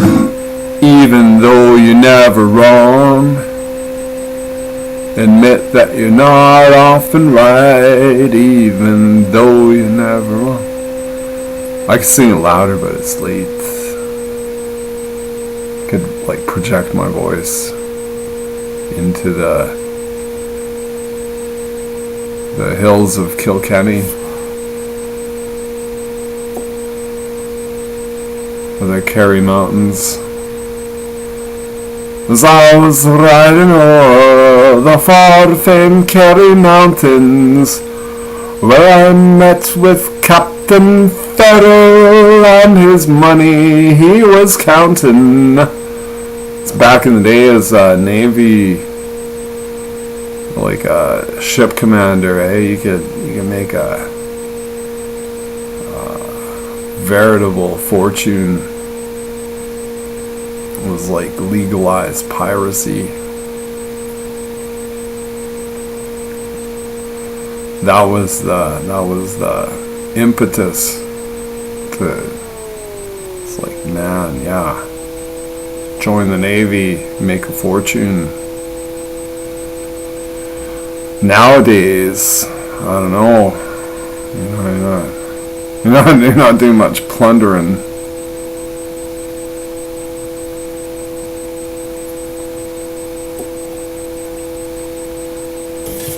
I sold a car.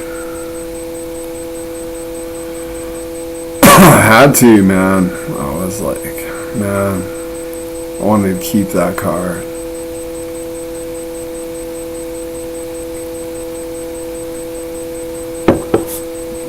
I'm always walking the high wire. Financially, I just like thought, gee, man, if I don't come up with like $1,000, like I'm gonna be in the shit chute, you know.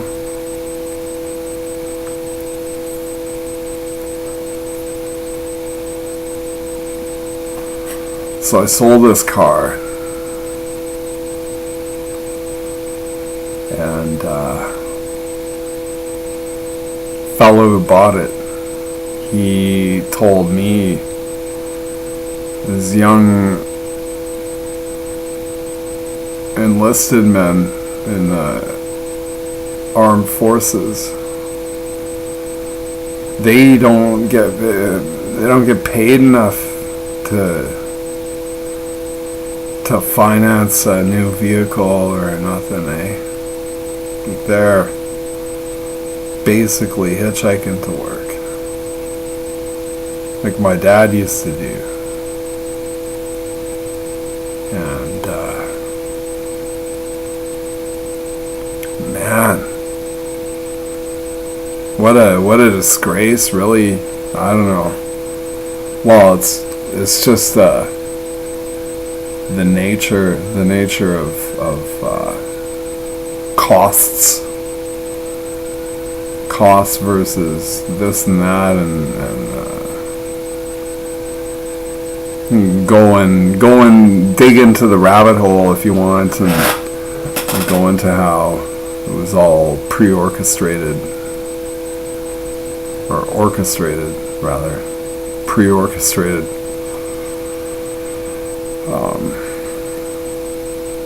Yeah, when your average serviceman is unqualified to really drive, but like, you know, the youngsters are thinking they gotta have something out of the dealership or whatever. If they don't know automobiles,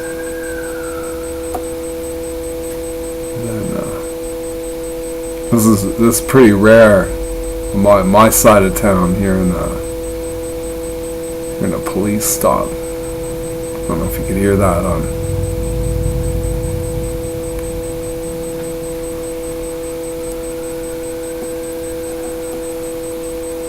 It sounds to me like police are chasing someone.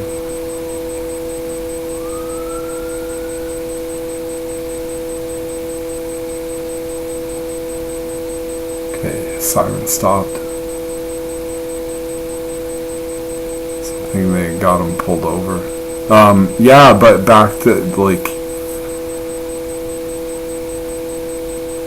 when you enlist in the armed forces, your pay is such that like you're like scraping by kind of thing. That's the impression I got when I sold this car. It's like an older car, and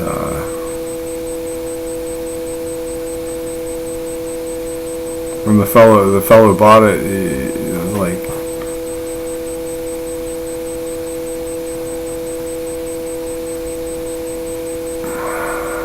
I don't know, I didn't ask his rank or like whatever, but like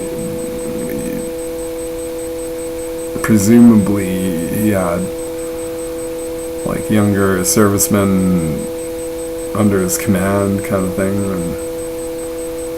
and these kids, they can't afford wheels, you know, or like modern wheels. And where I live, you have like dudes working in the oil patch, like making mind-boggling money, you know, entry level, and they're all driving stuff.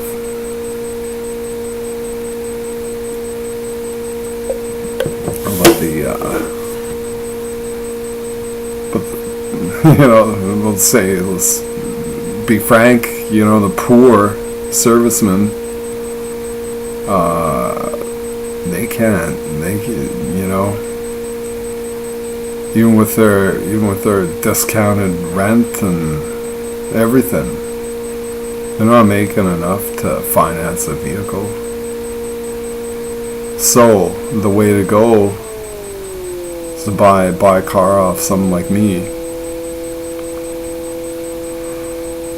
and swallow your pride, like you're not driving a Tiburon or a whatever, you're driving an old thing. But now if you have that car, you can carpool with your buddies, you can take it out. It's like a vintage automobile. Probably get more chicks like driving that than you will, say, like a finance Ford Escape, right? So this older cat, like, knows what he's doing, hooking up his fellow servicemen with wheels.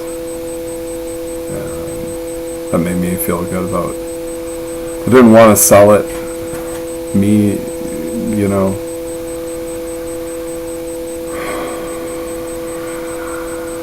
like champagne taste on a beer budget.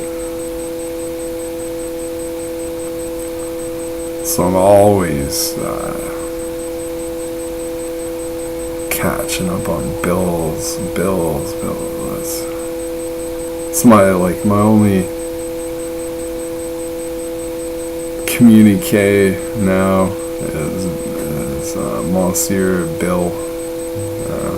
It's like I just dread going to the super mailbox and like, God, you know what's in here today.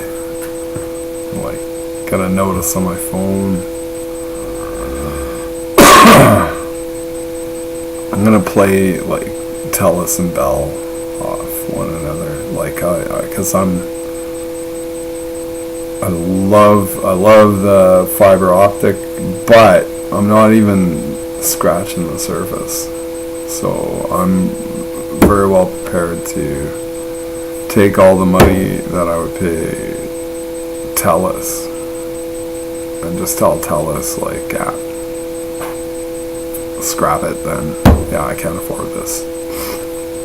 Give that money to Bell, and then, cause I don't, you know, I'm not a World of Warcraft dude. I don't need ultra high bandwidth. I didn't even want fiber optic in the first place.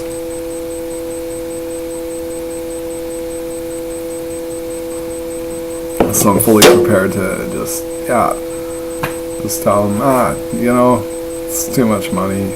just send me a final bill. I'll pay it eventually.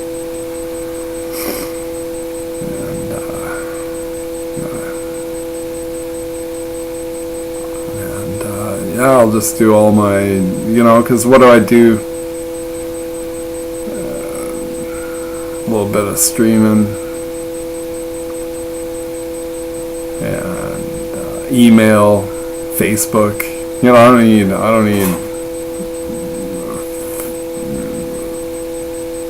don't even need like 4 megabits download speed, really.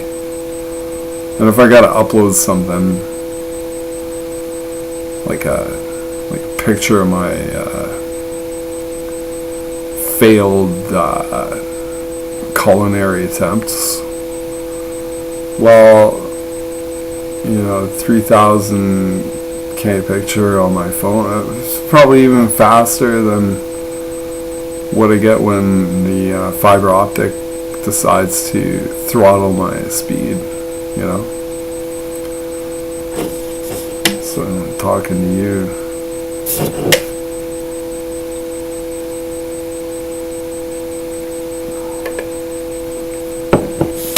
It's just like ridiculous, the amount of money.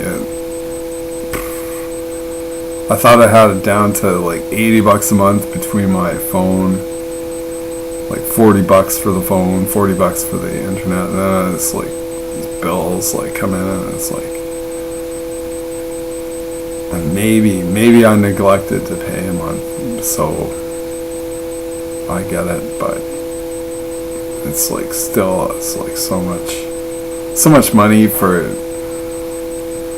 it's like you think they're going into some kind of, it's like the amount you pay.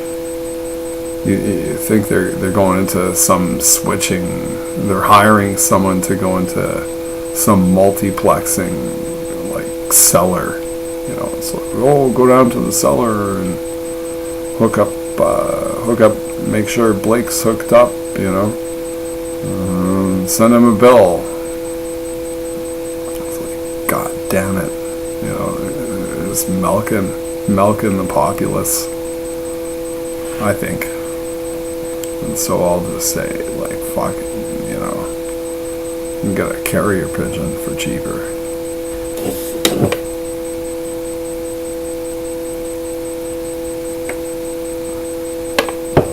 I want to send my emails and notifications and Facebook,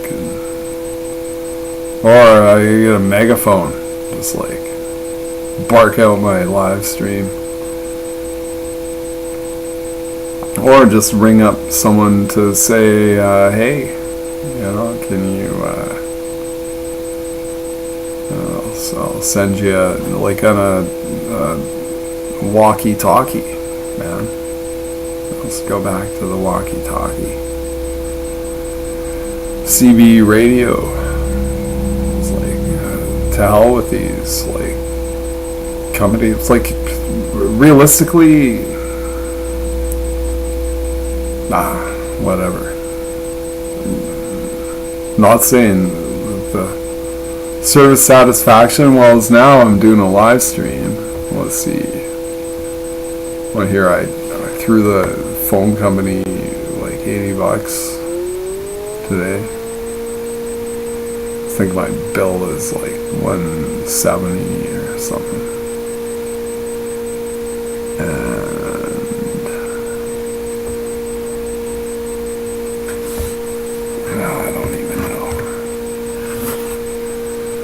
You know what I do know about is cooking, home economics, bacon bread. I'm open. Any tips on baking bread, and I'll share my own experience. I've been doing it for about a year. I was reluctant to start, and then I got like a big 20 kilo bag of flour, and I've been using it. I've been like baking loaves, doubled up my game, I would have tripled up my game, except that one of the baking pans that I got from the dollar store, the old dollar store, like stupidly, like I took the one with the label. I didn't know, like, the top, you know, it was like a whole stack of these bread pans, loaf pans, right? And the top one had a sticker inside. So I bought two. I already had one of the same format from the dollar store, and it worked. Like, this one bread pan worked perfectly. So I thought, why not? Well, if I'm gonna run the oven, I might as well maximize. You know, instead of one loaf, put in like 3 more. I could put in more. And so I bought 2 more at $1.75 a piece. But the top one had a sticker inside with a crazy adhesive. Like I ripped off the label, like right inside the loaf pan, and it was like this resilient, like, epoxy or something on there. Like, oh fuck. Good God. I said in my head, I was like, really? Like, I was like, oh, well, I can't, you know, I don't know what chemicals are in that. I'm sure it's nothing worse than, like, stuff that I've inhaled on job sites and what have you, but at the same time, I'm like, this is like, you know, baking bread, and there's this like sticky residue peeled off the label, and it was impossible to get off. So I kept the receipt, and I'm going to go back to this dollar store with the receipt and the pen and say, look at this, like, because I made a, you know, good college effort to remove it, and it was just exercise in futility. Like, it just, you know, it just, this whatever adhesive they use to affix this label is like, you know, I can't have that. So I'm gonna go and see if I can't just get another pan without the label, you know. It's like you buy 2, like I bought 2, and you know, the top one has the label, you know, you just like grab them. But yeah, it was like,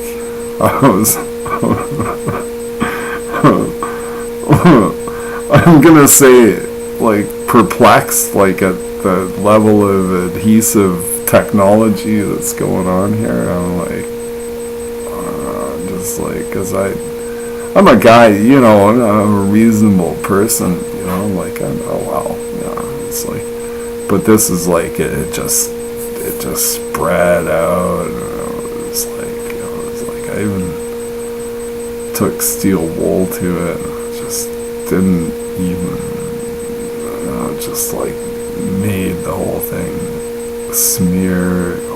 Like, I was like, fuck, you know. And most people are just like, yeah, just like, it's only $1.75. I'm like, no, I want to exchange it, take back this adhesive unit. I got the receipt.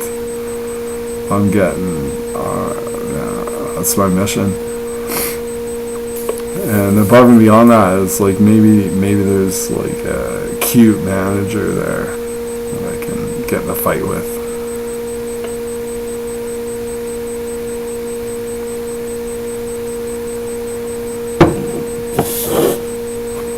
Or an employee. Like, I demand to see the manager over this $1.75 matter. But it's principle. It's not the dollar value. It's like, you know, sold me this thing, and I can't wholeheartedly bake bread in something that's got some mystery adhesive like at the bottom of the pan, right?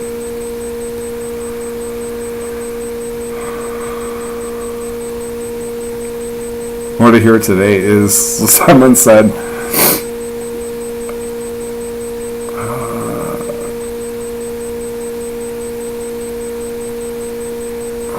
don't know if some prominent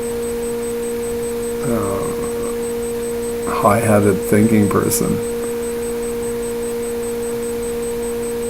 It's like they're the ones raising their hand in class. Like, what is it that makes the Teflon stick to the pan? You know, and made me laugh because non-stick pans, like, you can't like, if you're getting stuff stuck to your pan all the time, maybe cooking is not your calling, you know, and it's okay. Or but man, I'm guilty of sticking stuff to pans, but I don't use space age shit because I know it's bad. I probably like have so much Teflon in my system, and that's because my folks were space age, you know. It's like they actually had those things, and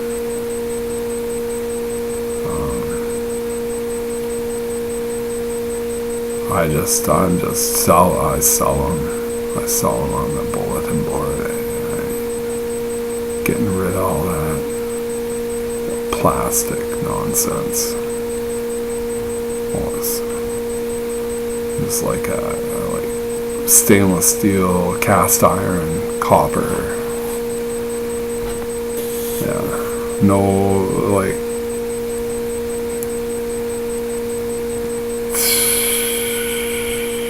3M stuff. Fuck, I don't need that in my life.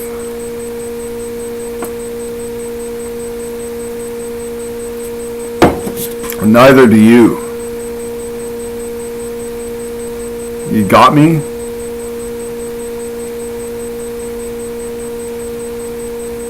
Do yo yo yo yo yo yo. I'm just joking around. Well, not really. No, I don't know. You don't need like Teflon, space age. Like, space is so fake. I've never been to space. Have you? Oh, wow. That's something to aspire to go to space. Gonna, like, really, like, are you gonna strap yourself into a Saturn V, or any rocket for that matter, and you know what, was the Saturn V for real? Like, did it ever go into orbit, like, okay, here's something that I find perplexing is we have the technology to launch these rockets. Like, yeah, okay. It's like I've done model rockets, like I've seen it with my own eyes. Like there's small rockets, right? At a science camp I attended.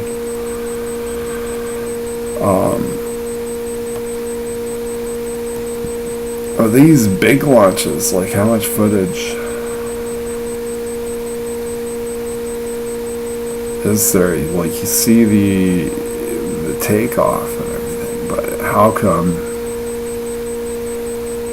you don't see the transition into supposed orbit? And I'm calling it supposed orbit because I just don't see it, man. I don't. And you couldn't pay me enough money to strap myself into one of these contrivances. I'd be like,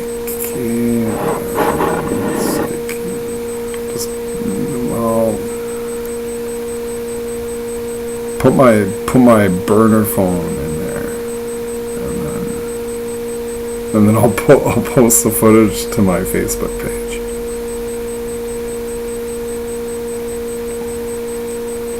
It's like, look everyone, my phone went to space.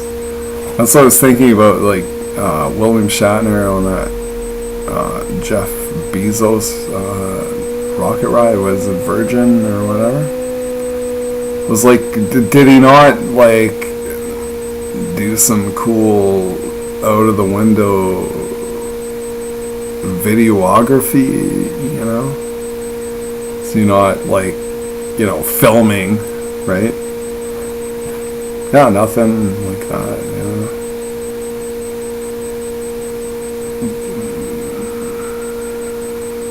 Rocket Man, like Captain Kirk, man, that was the best. Captain Kirk, that was comfy television. Like a little bit before my time, and then discovering it when I was like 8, 9 years old. It's like Star Trek. I was gonna do the Doctor Who theme there. What's that? I should know all these names, but I don't. I know the Doctor Who theme though.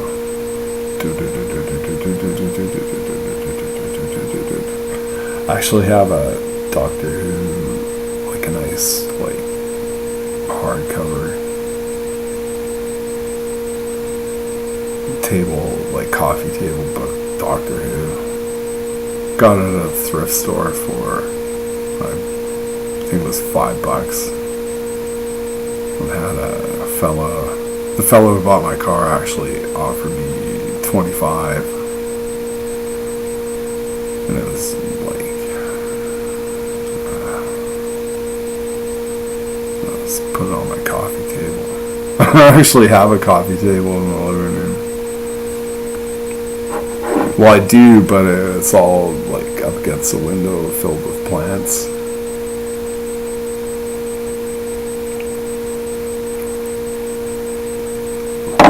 It's like when the boomer lifestyle gets dropped on your lap, and you're like, you wanna... I don't like rocking the boat too much. Just kind of keep things generally how they are. I'm not gonna make radical changes. I'm not a radical. I kind of... Yeah, who cares about what I am, man? Like, shit going on in the world. See, that's where I always get it's all about me. And I'm just just a fixture, fucking wallflower at the end of the day, right? Nothing. There's nothing here nor there. We are unaware of the influence of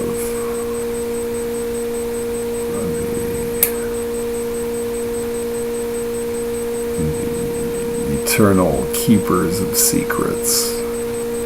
Secret knowledge we're kept from. Like you and I, viewer.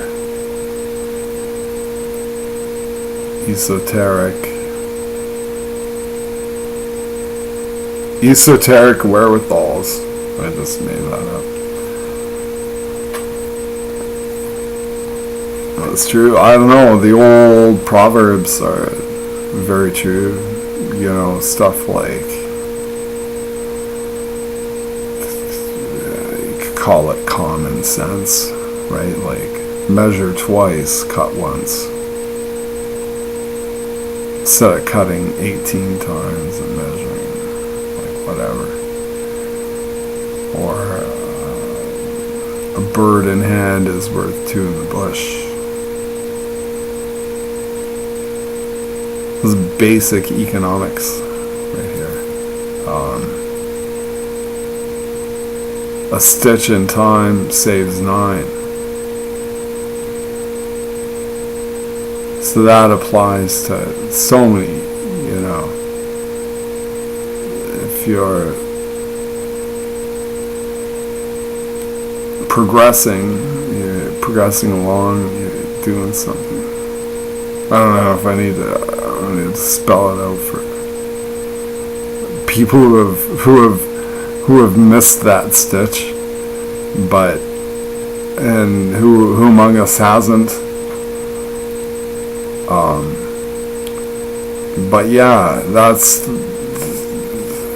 if you're at a job or something, someone's like kind of riding your ass, you know, trying to make you hurry up, and like, you gotta take it at your own, because you know as well as anyone else does, like, you can make one wrong move and not even realize it, and then down the road it's like, now it's gonna take me, you know, 9 times as long, or even twice as long, or 3, you know, whatever it is. Like, I'd say the methodical, careful approach is where it's at. You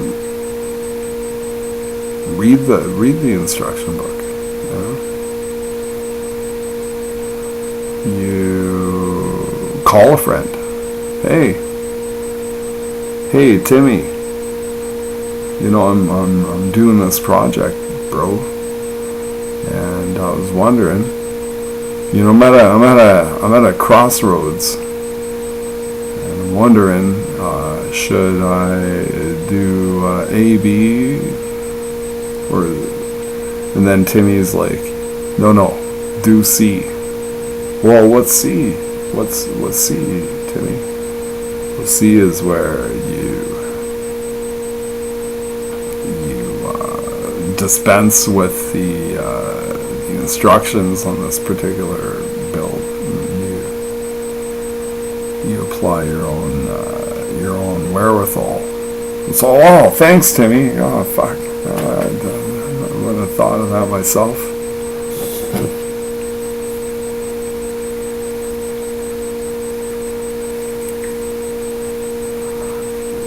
I got one of my candles burned out. Turn on the light skis. Oh, solar power. This is all solar power.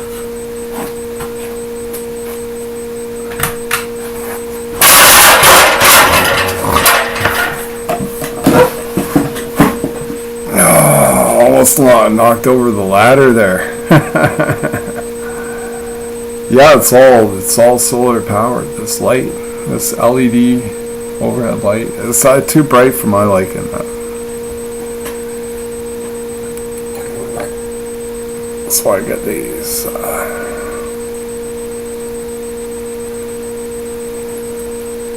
What do you call that? Frosted glass. Frosted glass lampshade. They're just little tea lights, right?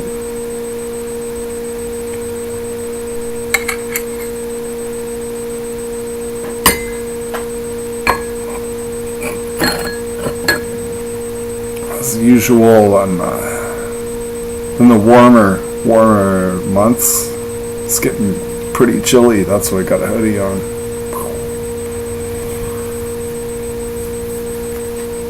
Yo, yo, yo. New rolls around, I say, see you chumps later. I don't need to work hard because I'm a human calculator. Kneel, crouch, get that load sorted. By the time you retire, your spine is twisted, contorted. A lottery pool on the factory floor. I got a swimming pool, fool, and you know I make more in a single day than you could earn in 1 year without breaking a sweat. I earned another Corvette.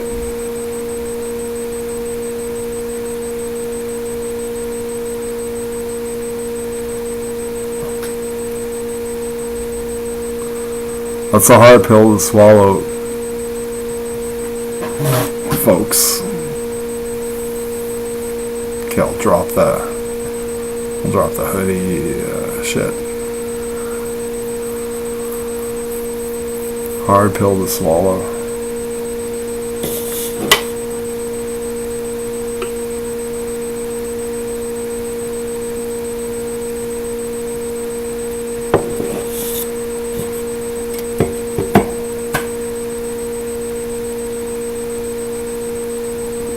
Hard pill to swallow.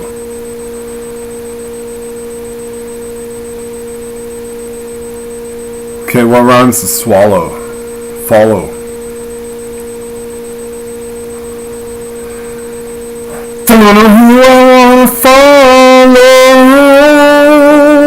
It's a hard pill to swallow.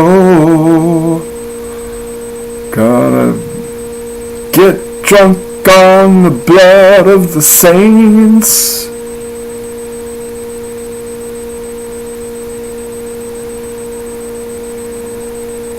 What runs the saints?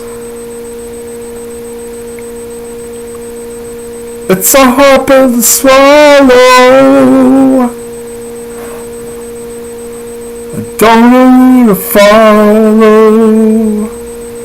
See, I'm thinking like social media, like who are you gonna follow? Who are you not gonna follow? You know, and what does that say about you? You know, I've had a few like Facebook things pop up, and I'm like, ah. And granted, you know, people look at me like, career-wise, like, I want to distance myself from, you know, the invalidator.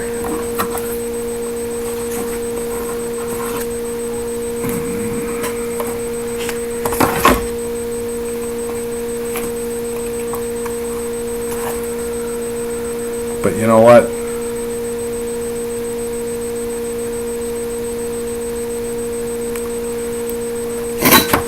That's why I inherited a dog.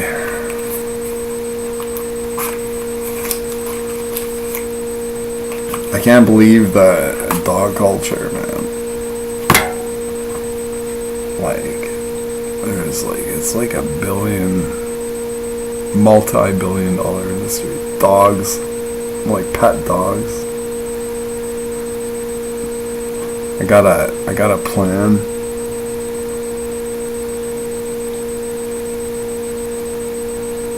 I'm looking right now at that's my head's tilted. I'm looking at my dog. You know, like featured. She's really fun kind of dog. But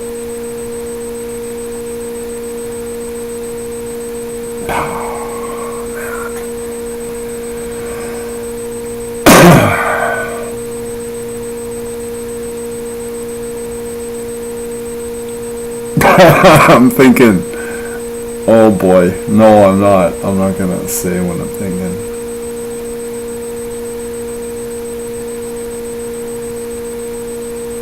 Oh, okay. Well, let's talk about it where. Okay, no one's gonna contest the fact that dogs are the most loyal.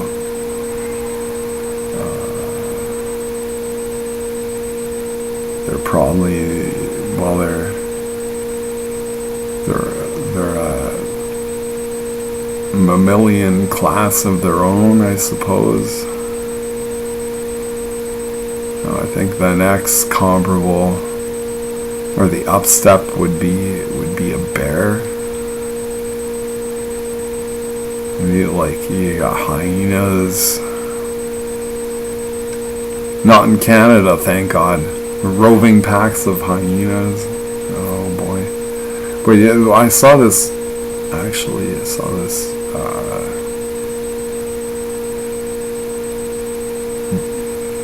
Strange documentary a long time ago. Where this Australian fellow, or I don't know if he was Australian, but obvious. I don't know where else hyenas are, like Africa or Australia. But he installed himself into the pack. It was fascinating. It was like, whoa, this guy is like, that's courageousness right there. Like, to be able to institute yourself into like a pack of wild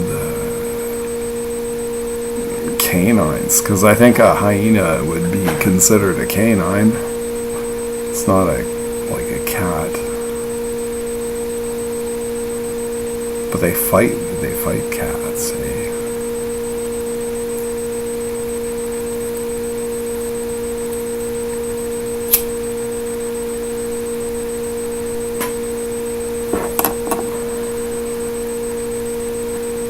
I'd like to say, like, if I could afford it, like, I'd kind of try and quietly, like, get a hyena as a pet, like, in this, like, small northern town,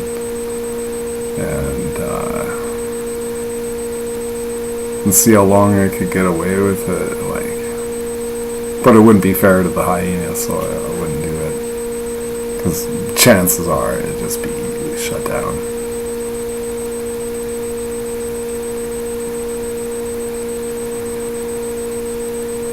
And it'd be like fucking murder to train the thing, I'm sure. Wild animal. It's like getting, like you don't see people like with pet primates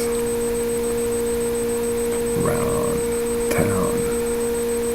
I've never seen one.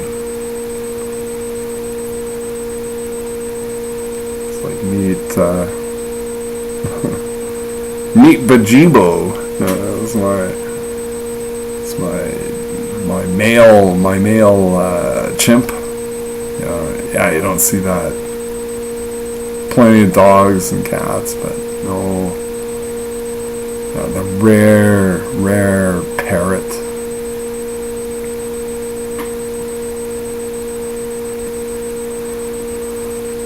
If I had money for insurance and the cost of a parrot and like harboring it, like, I'm sure I could accommodate a parrot, but comfortably.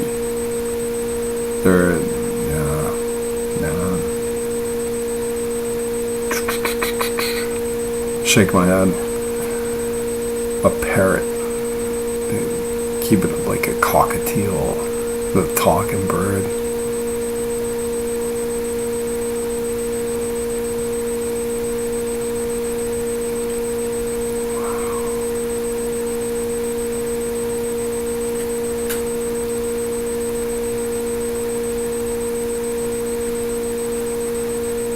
That's all I can say. It's,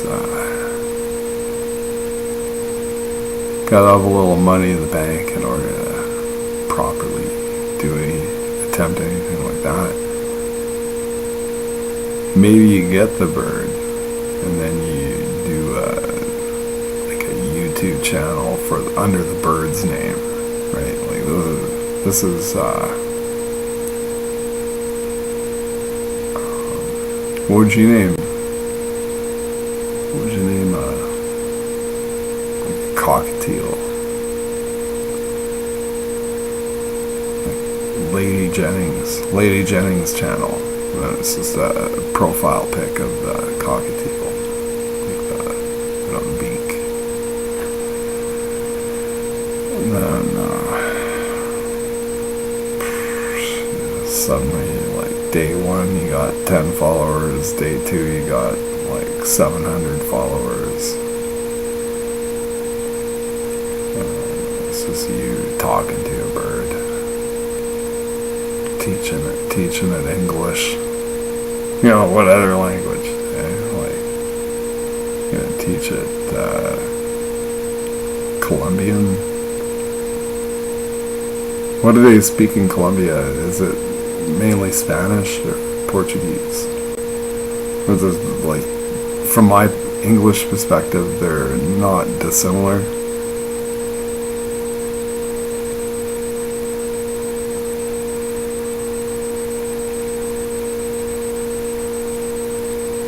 What I've learned is English is more closely related to German than it is like Latin or the Romantic languages.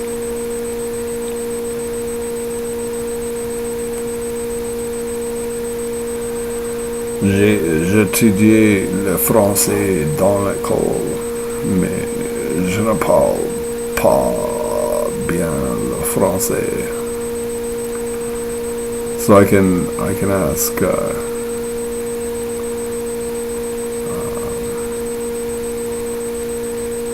like a service person in a hotel, où est la salle de bain? And for those of you unfamiliar with French language, that means like where is the bathroom?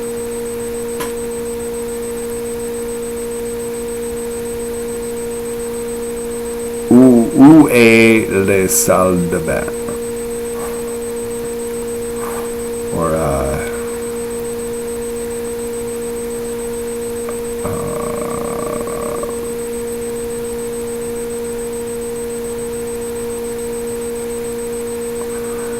est-ce que c'est vous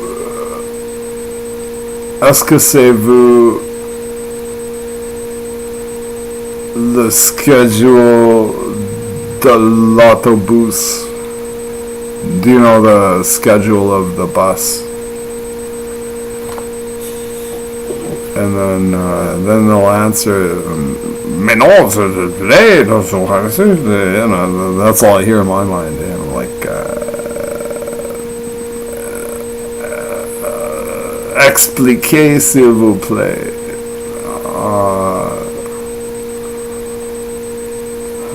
Like throw in Italian or something, like, I can't.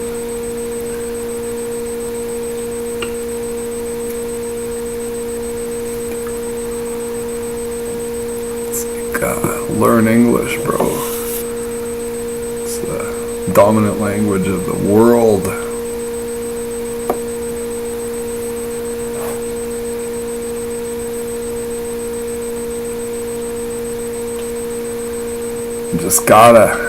You gotta do it, man. It's like every super hit song, English. And this new music, I can't even fathom. I cannot even fathom.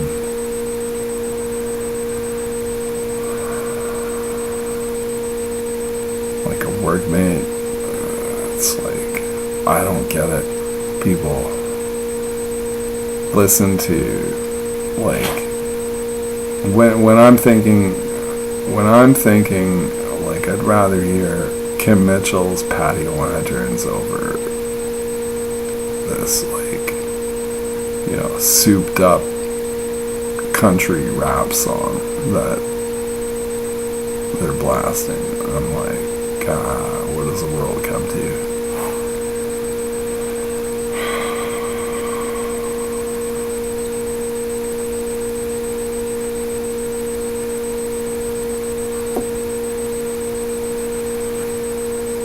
It's like, give me some Lisa Simpson, you know? Yeah. That's the song I heard on, I'm gonna look this one up.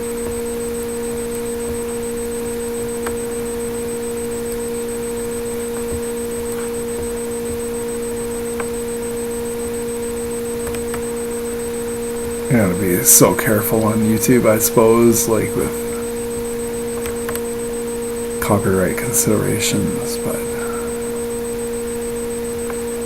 you know, I'm gonna end the stream and then curate my playlist.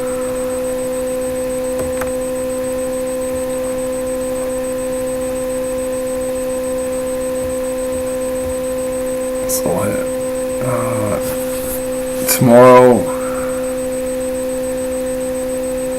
tomorrow maybe look for me about like 2 in the afternoon, so I got like some laundry to do. It's more like cleaning up and stuff, but yeah, 2 in the afternoon. I'll probably sleep in till probably 10. Yeah, it's already 1 a.m.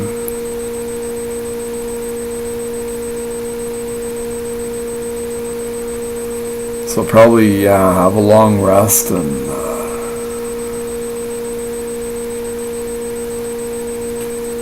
with any luck I'll connect with some. No one's calling me. I think everyone thinks I'm a jerk. Probably said something rude, untoward on the old Facebook.